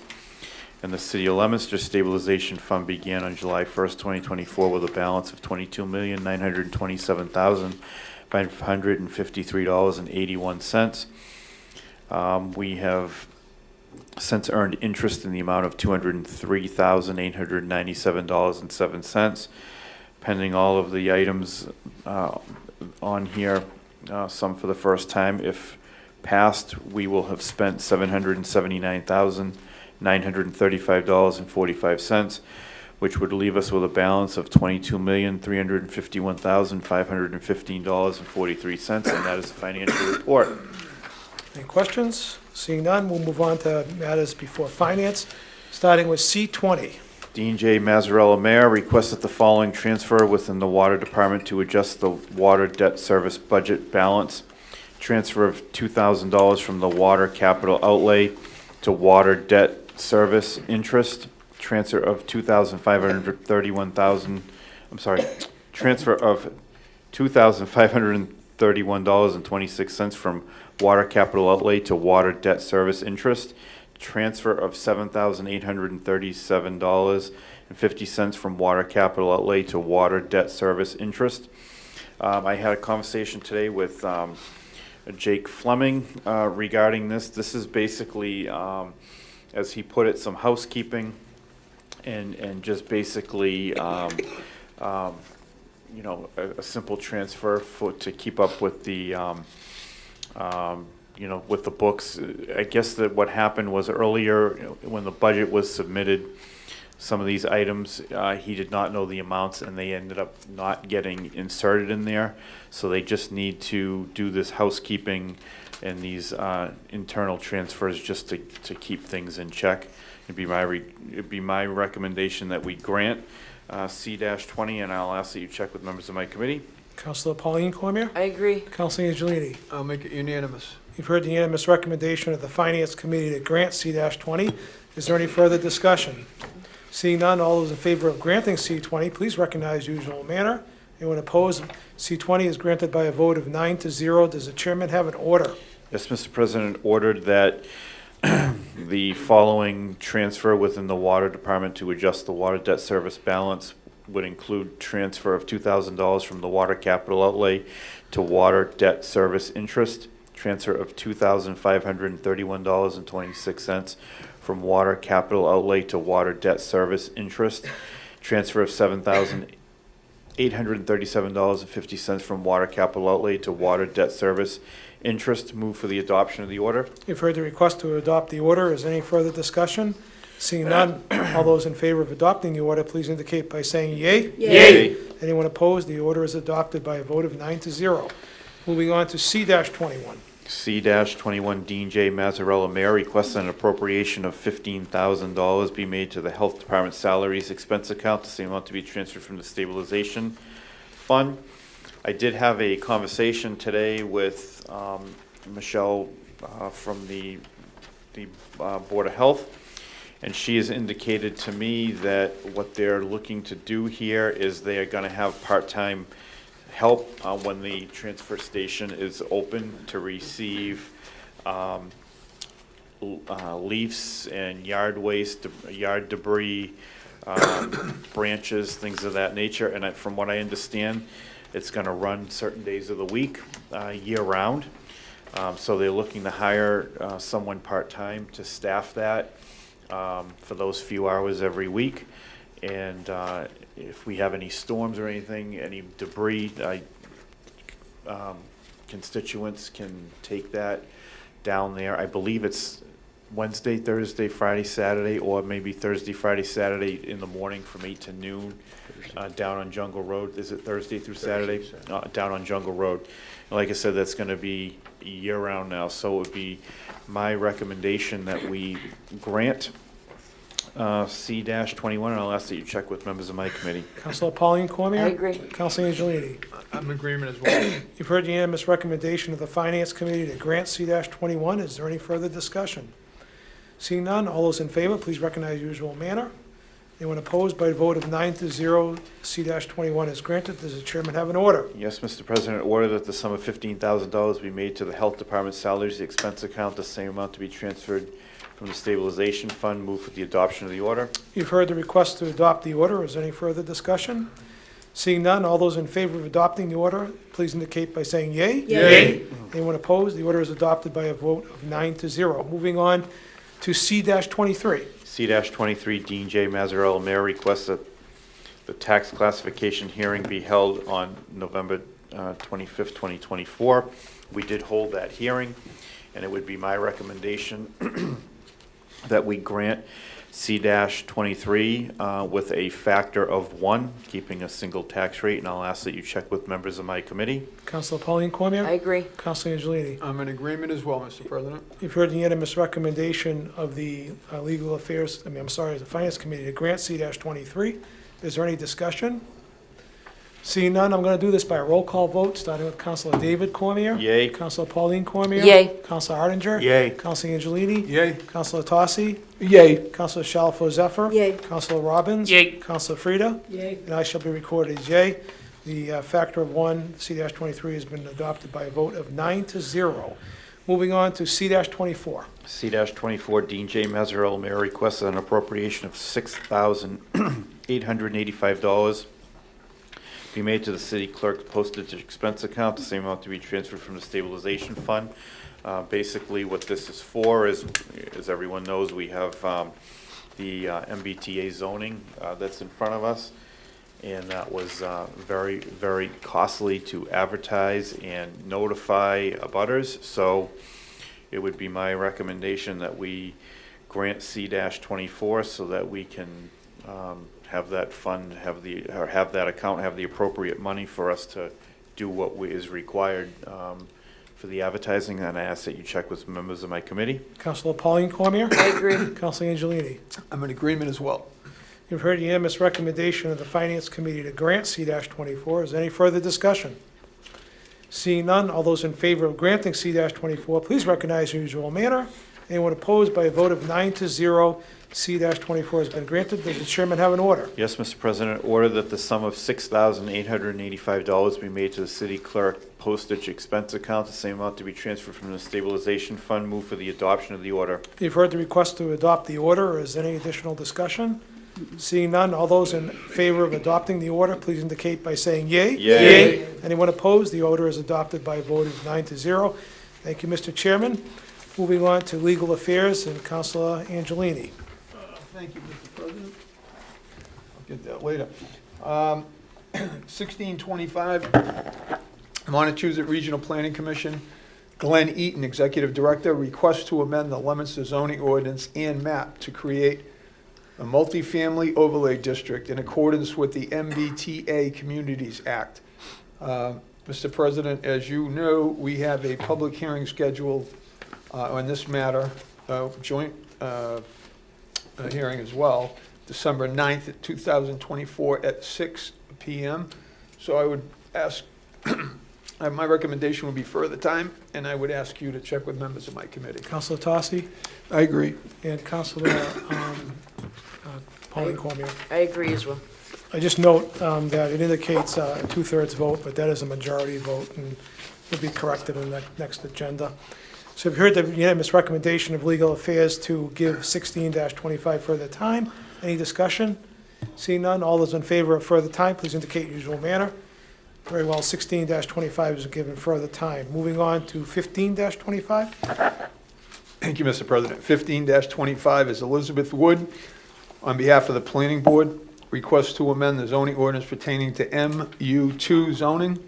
And once again, we have a public hearing on this matter scheduled for December 9th, 2024 at 6:30 PM. So my recommendation to seek further time on this, and I would ask you to poll members of my committee. Councilor Tosse? I agree. Councilor Pauline Cormier? I get to make it unanimous. Excellent. You heard the unanimous recommendation of the Legal Affairs Committee to grant 15-25 further time. Is there any discussion? Seeing none, all those in favor, please recognize usual manner. 15-25 has been given further time. Moving on to 17-25. 17-25. Greg Robichaud, Sergeant, Leominster Police Department, requests to amend Chapter 13 of the revised ordinance entitled Motor Vehicles and Traffic. Chapter 13, Section 13-44 of the revised ordinance titled Same Between 8 a.m. and 6 p.m. is hereby amended by deleting the following text. Lancaster Street, north side, from in front of 488 Lancaster Street to and including the front of 508 Lancaster Street. Mr. President, we conducted a public hearing early this evening. We heard from a business owner as well, and I think there were several councilors I know that expressed concern about the impairment that this may have to this gentleman's business. Sergeant Robichaud was kind enough to say he'd be willing to re-examine this at a later date and see if there was some way he could save a space in front of that business. Obviously, I think Sergeant Robichaud is quite honorable, and so that puts my conscience at ease a bit. And unfortunately, public safety is paramount, and it has to be our first concern. I think potential loss of life there, a serious injury from a motor vehicle accident, is something that we need to deal with. So it'll be my recommendation that we adopt 1725, and I would ask you to poll members of my committee. Councilor Tosse? I agree. And Councilor Pauline Cormier? I agree as well. I just want to make one point, and I know it was discussed, the possibility of retaining one parking place there, but I think that defeats the entire purpose of doing it. I also feel that one parking spot can be used for drop-offs and pickups and be a much more effective use of that one spot right directly in front. So I am supporting it. I think the public safety is well documented, and this is the best solution to it. Just for clarity too, I think the first two, 17-25 and 18-25, don't really create the problem for the business owner. I mean, they're just overlapping, antiquated pieces that need to be cleaned up anyway. The meat is when we get to 19-25. Okay. So, so the unanimous recommendation of Legal Affairs is to grant 17-25. Is there any discussion on that? Seeing none, all those in favor of granting 17-25, please recognize usual manner. All right, so that's a vote of 9-0. We'll move on to 18-25. Thank you, Mr. President. 1825 is Greg Robichaud, Sergeant, Leominster Police Department, request to amend Chapter 13 of the revised ordinance entitled Motor Vehicles and Traffic. Chapter 13, Section 13-47 of the revised ordinance entitled Same at All Times Except Sunday is hereby amended by deleting the following text. No person shall park a vehicle on the east side of Lancaster Street from Viscaloid Avenue south to Howard Street for any longer than 2 hours on any day except Sunday. Once again, we conducted a public hearing on this 1825 earlier this evening, and it would be my recommendation that we grant 1825, and I would ask you to poll members of my committee. Councilor Tosse? I agree. Councilor Pauline Cormier? I agree. You heard the unanimous recommendation of the Legal Affairs Committee to grant 18-25. Is there any discussion? I think I'm supposed to do these by roll call, so if the council doesn't mind, I'm going to go back to 1725 and just ratify that vote with a quick roll call, starting with Councilor David Cormier. Yay. Councilor Pauline Cormier. Yay. Councilor Arndinger. Yay. Councilor Angelini. Yay. Councilor Tosse. Yay. Councilor Shalfo Zephyr. Yay. Councilor Robbins. Yay. Councilor Frida. Yay. And I shall be recorded as yay. Now, 18-25, again, we had a unanimous recommendation I don't think there's any further discussion, so again, it'll be by roll call on 18-25. Counselor David Cormier? Yay. Counselor Pauline Cormier? Yay. Counselor Arndinger? Yay. Counselor Angelini? Yay. Counselor Tosse? Yay. Counselor Shalfo Zephyr? Yay. Counselor Robbins? Yay. Counselor Frida? Yay. And I'll be recorded as yay. Now, moving on to 19-25, Mr. Chairman. Thank you, Mr. President. 19-25 is Greg Robichaud, Sergeant, Leominster Police Department. Request to amend Chapter 13 of the revised ordinance entitled Motor Vehicles and Traffic. Chapter 13, Section 13-34 of the revised ordinance entitled No Parking on Certain Streets is hereby amended by inserting the following text. Lancaster Street, north side, from in front of 488 Lancaster Street to and including the front of 516 Lancaster Street. Once again, Mr. President, we conducted a public hearing earlier this evening. This is the third part of this ordinance change to address the parking concerns on Lancaster Street from Howard to Viscoid, so it would be my recommendation that we adopt 19-25, and I would ask you to poll members of my committee. Counselor Tosse? I agree. Counselor Pauline Cormier? I agree. You heard the unanimous recommendation of the Legal Affairs Committee to grant 19-25. Is there any further discussion? Counselor Shalfo Zephyr? Yep, thank you very much. I am definitely going to support this, but I do want to reiterate the question that I had asked earlier during the public hearing. If there's any way, we did have a business owner, who came down and expressed some serious concern, certainly to him, about eliminating 3 parking spots in front of his business. But I also understand the intent of opening up that sight line. So if there's any possibility, I know the Sergeant Robichaud will do his due diligence in this, and if there's any way to salvage, 1 or 2 of those business parking spaces, I would, be in favor of that. So thank you very much for considering that. Okay, anybody else? Counselor Angelini, perhaps if this is in fact adopted in a moment, you could reach out to Sergeant Robichaud before the ordinance is actually put into effect and see if he might change that one point of that from 1 car length east of the western driveway. I can give you the language later. It might save the fellow one parking space. I would think at that distance it would be, like he said, to park a car and check it out before we do the readings. All right. All right? It'd be my pleasure. All right. That being said, this will be by roll call, starting with Counselor David Cormier. Yay. Counselor Pauline Cormier. Yay. Counselor Arndinger. Yay. Counselor Angelini. Yay. Counselor Tosse. Yay. Counselor Shalfo Zephyr. Yay. Counselor Robbins. Yay. Counselor Frida. Yay. And I'll be recorded as yay. 19-25 is granted by a vote of 9-0. Moving on to 20-25. Thank you, Mr. President. 20-25 is Greg Robichaud, Sergeant, Leominster Police Department. Request to amend Chapter 13 of the revised ordinance entitled Motor Vehicles and Traffic. Chapter 13, Section 13-62.1 of the revised ordinances entitled Same 2 Hours is hereby amended by deleting the following text. Pleasant Street, west side, beginning at a point 55 feet north of Adams Street, northerly for a distance of 313 feet, and replacing it with the following text. Pleasant Street, west side, beginning at a point 90 feet north of Adams Street, northerly for a distance of 278 feet. Mr. President, we had a public hearing on this. We're over to Adams Street in Pleasant now, and it would be my recommendation to adopt 20-25, and I would ask you to poll members of my committee. Counselor Tosse. I agree. Counselor Pauline Cormier. I agree. You've heard the unanimous recommendation of the Legal Affairs Committee to grant 20-25. Is there any discussion? Seeing none, this will be by roll call. Counselor David Cormier. Yay. Counselor Pauline Cormier. Yay. Counselor Arndinger. Yay. Counselor Angelini. Yay. Counselor Tosse. Yay. Counselor Shalfo Zephyr. Yay. Counselor Robbins. Yay. Counselor Frida. Yay. And I shall be recorded as yay. 20-25 is granted by a vote of 9-0. Moving on to 21-25. Thank you, Mr. President. 21-25, Greg Robichaud, Sergeant, Leominster Police Department.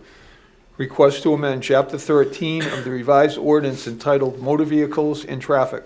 Chapter 13, Section 13-34 of the revised ordinance entitled No Parking on Certain Streets is hereby amended by inserting the following text.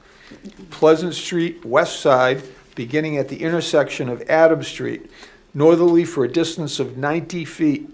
Once again, Mr. President, it would be my recommendation that we grant 2125, and I would ask you to poll members of my committee. Counselor Tossi I agree. and Counselor Pauline Cormier. I agree. Heard the unanimous recommendation of Legal Affairs to grant 21-25. Is there any further discussion?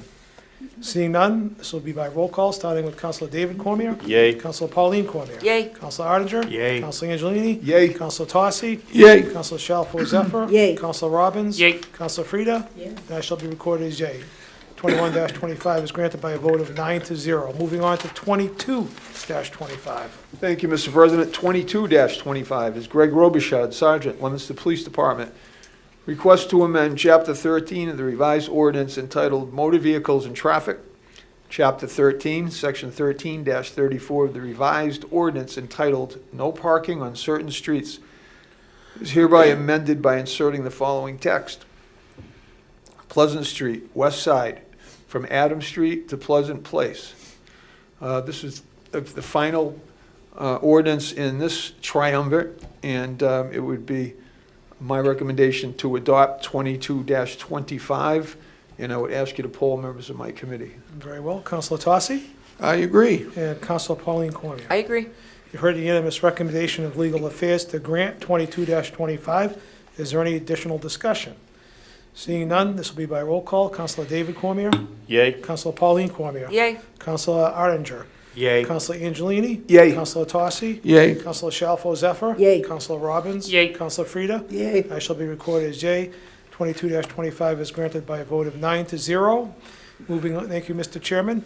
Moving on to Ways and Means, is the chairwoman ready to report? Yes, Mr. President, C-22, Dean J. Mazzarella, Mayor, request the appointment of the following Maria Joffrian, 37 Richardson Street, Leominster, Mass., to the Disability Commission, term to expire April 15th, 2027. Mr. President, with all due respect, I'm going to ask if we could go, Ms. Joffrian has been kind enough to stay in the audience this evening. So I would ask for a recess so we can. Okay. Second, Counselor Shalfo Zephyr, all in favor of recess, please indicate in your usual manner. We are in recess, and you can have Ms. Joffrian join us at the presentation table.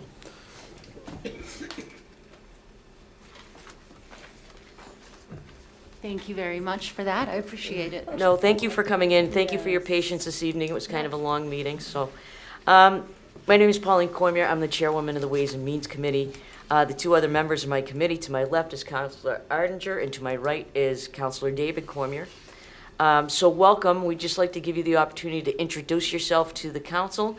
Sure. Tell us a little bit about your background and why you're interested in being on the Disability Commission. Thank you. So my name is Maria Joffrion.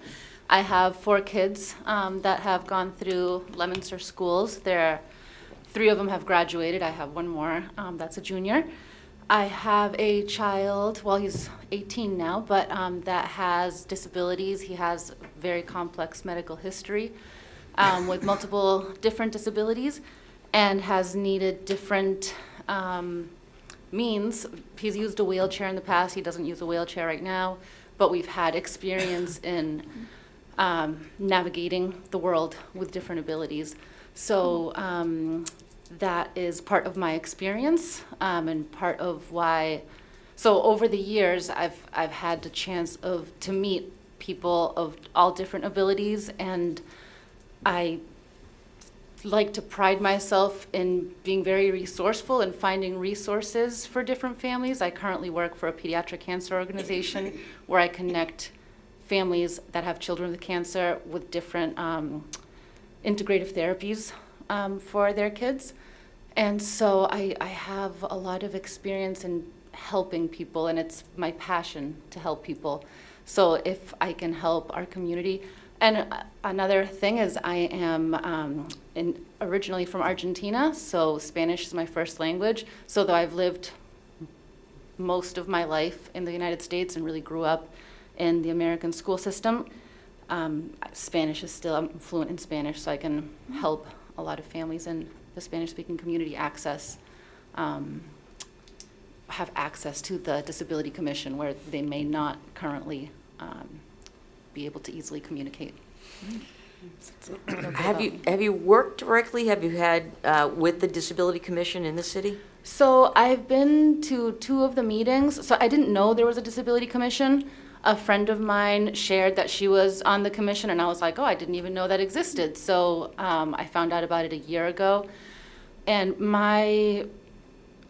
I'm not, in the past, I haven't been able to do everything that I want to do, because my child takes up a lot of my time and energy. Being here tonight for these 2 hours has been challenging. Just getting away from, not getting away from him, but just like doing things outside of taking care of my son is difficult. But lately I've had more of an opportunity to do that. And he can, anyway. So I'm sorry, the question was, what is my, can you repeat that? If No, you I'm had not- any direct contact with the Disability Commission Yeah, no, yourself? so I've been to 2 of the meetings. The last meeting I wasn't able to go because my son had a medical emergency, so we were in the hospital that night, so I wasn't able to go to this most recent one. And that was something I communicated with them when I went to the first couple of meetings, and they said, hey, we'd love to have you join. I was like, look, I'm not sure that I can commit to being here every single meeting because sometimes things happen and my child needs me. And they said, well, this is the Disability Commission. We fully understand that because a lot of us have medical needs, and that is understood. So yes, I've been there, and I feel like I have a lot to offer. So I'm excited, I'm energetic, and I'm ready to help in any way I can. Excellent. I want to thank you for coming in. Absolutely. And I want to open it up if there's any other members of the committee or the council as a whole. Councilor Ardinger, do you have any questions? I don't have any questions, but I think based on your life experience, you probably have more reason to be on the disability than anybody I've ever met. So thank you very much for coming in. Thank you. Councilor Cormier? Thank you. Yeah, I serve on the Disability Commission, as Maria knows. I was at the couple of meetings that she was at. She's going to be a great asset, to the commission. And I've said it before that it's always good to have people on our commission that, have sort of walked the walk, and know firsthand the challenges. That's the best way you can advocate. It's one thing to have this, concept of how it is to navigate with a wheelchair through, downtown Leominster, but it's another thing to actually do it, and then you realize what all the obstacles are. So, I think that you'll be a wonderful asset. I look forward to working with you. I appreciate it. I'm on the commission because our charter asks that an elected official be there, so the mayor had asked me to serve in that capacity, and so I think all the wonderful work will continue, and hopefully we can get even more members, so welcome. Thank you. I appreciate it. Yeah. Any other members of council? Councilor Shalfo-Suffer? I just want to say thank you very much, for coming down.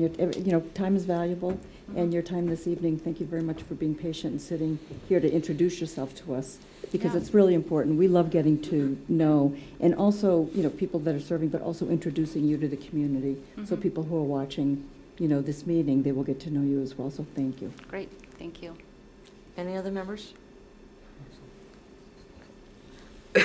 Councilor Angelini, I'm sorry. Thank you. Excuse me, Mr. Joffrey, I'm trying to get, there we go. Thank you. Thank you so much for your patience. I mean, I can't imagine sitting out there. I kept wondering, what is she doing out there? Well, there were times that I was like, oh, I should go up and say something. Well, speaking about the person with a disability that is living on the Howard Street area, I was like, oh, I should, go up and advocate for them, because I do feel for that person. I understand that things can be really challenging. So, yeah, it's difficult. I can tell that you, that your life experience and your willingness to share that and to help others is rather evident. And you'll be a wonderful addition to the commission, and I welcome you aboard, and thank you for your commitment to our community and to the disabled. Thank you. My pleasure. Appreciate it. Ms. Joffrin, I don't see any other questions, so we're going to ask you to hold off here for about another 2 minutes or so. Okay. So we're going to go right back into session, and it's going to be my privilege to put forward your application and ask that it be confirmed. Thank you. appreciate it, thank you. Should I sit back there, or do you want You me to can stay stay here? right there. Okay, perfect. So, Mr. President, it is my position that we grant the appointment of Ms. Joffrian to the Disability Commission. Very well. Councilor Arndinger?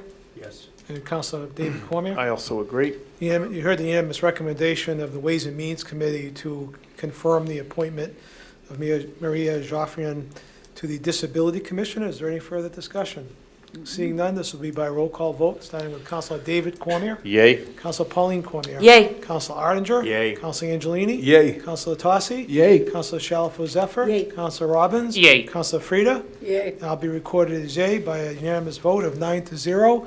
You've been confirmed. Congratulations. Thank you. Good luck.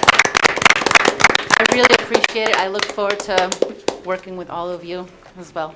Thank you very much. Thank you. Have a wonderful evening. Thank you. And a happy Thanksgiving, too. Thank you. Moving on to the Public Safety Committee, is the chairwoman ready to report? I sure am. Petition 11-25, Claire Frida. Counselor at Large, request on behalf of Paul and Lisa Gove of Gove Farm, establish a 25 or 30 mile per hour speed zone on Mechanic Street from the bridge at Johnny Rowe Park to the Lancaster Town Line. Speed to be determined by the Leominster Traffic Department within the Police Department.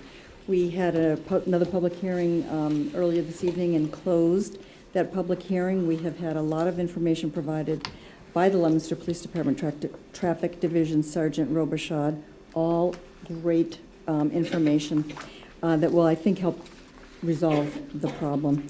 So at this point, because we do not have the ability to establish a 25 or 30 mile per hour speed zone, my recommendation would be to give this leave to withdraw. Without prejudice. Without prejudice, and we will continue, the Public Safety Committee and Traffic Committee will continue conversations with Sergeant Robichaud to continue to address this problem until we have come up with the right solution. Very well. So, check with my committee. Sure, I'd be happy to. Councilor Angelini I'm in agreement. and Councilor Frida? Yep, I agree. All right, so the unanimous recommendation of the Public Safety Committee is to give 11-25 leave to withdraw without prejudice. Is there any further discussion?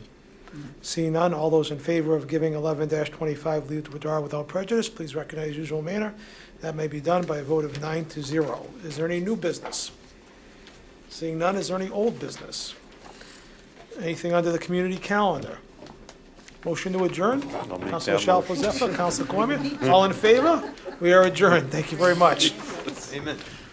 Really, The Caught Leominster some City wind at the Council end. Meeting is funded in part by DeCarolis Insurance Agency at www.decarolisinsuranceagency.com and by Avidia Bank at www.avidiabank.com.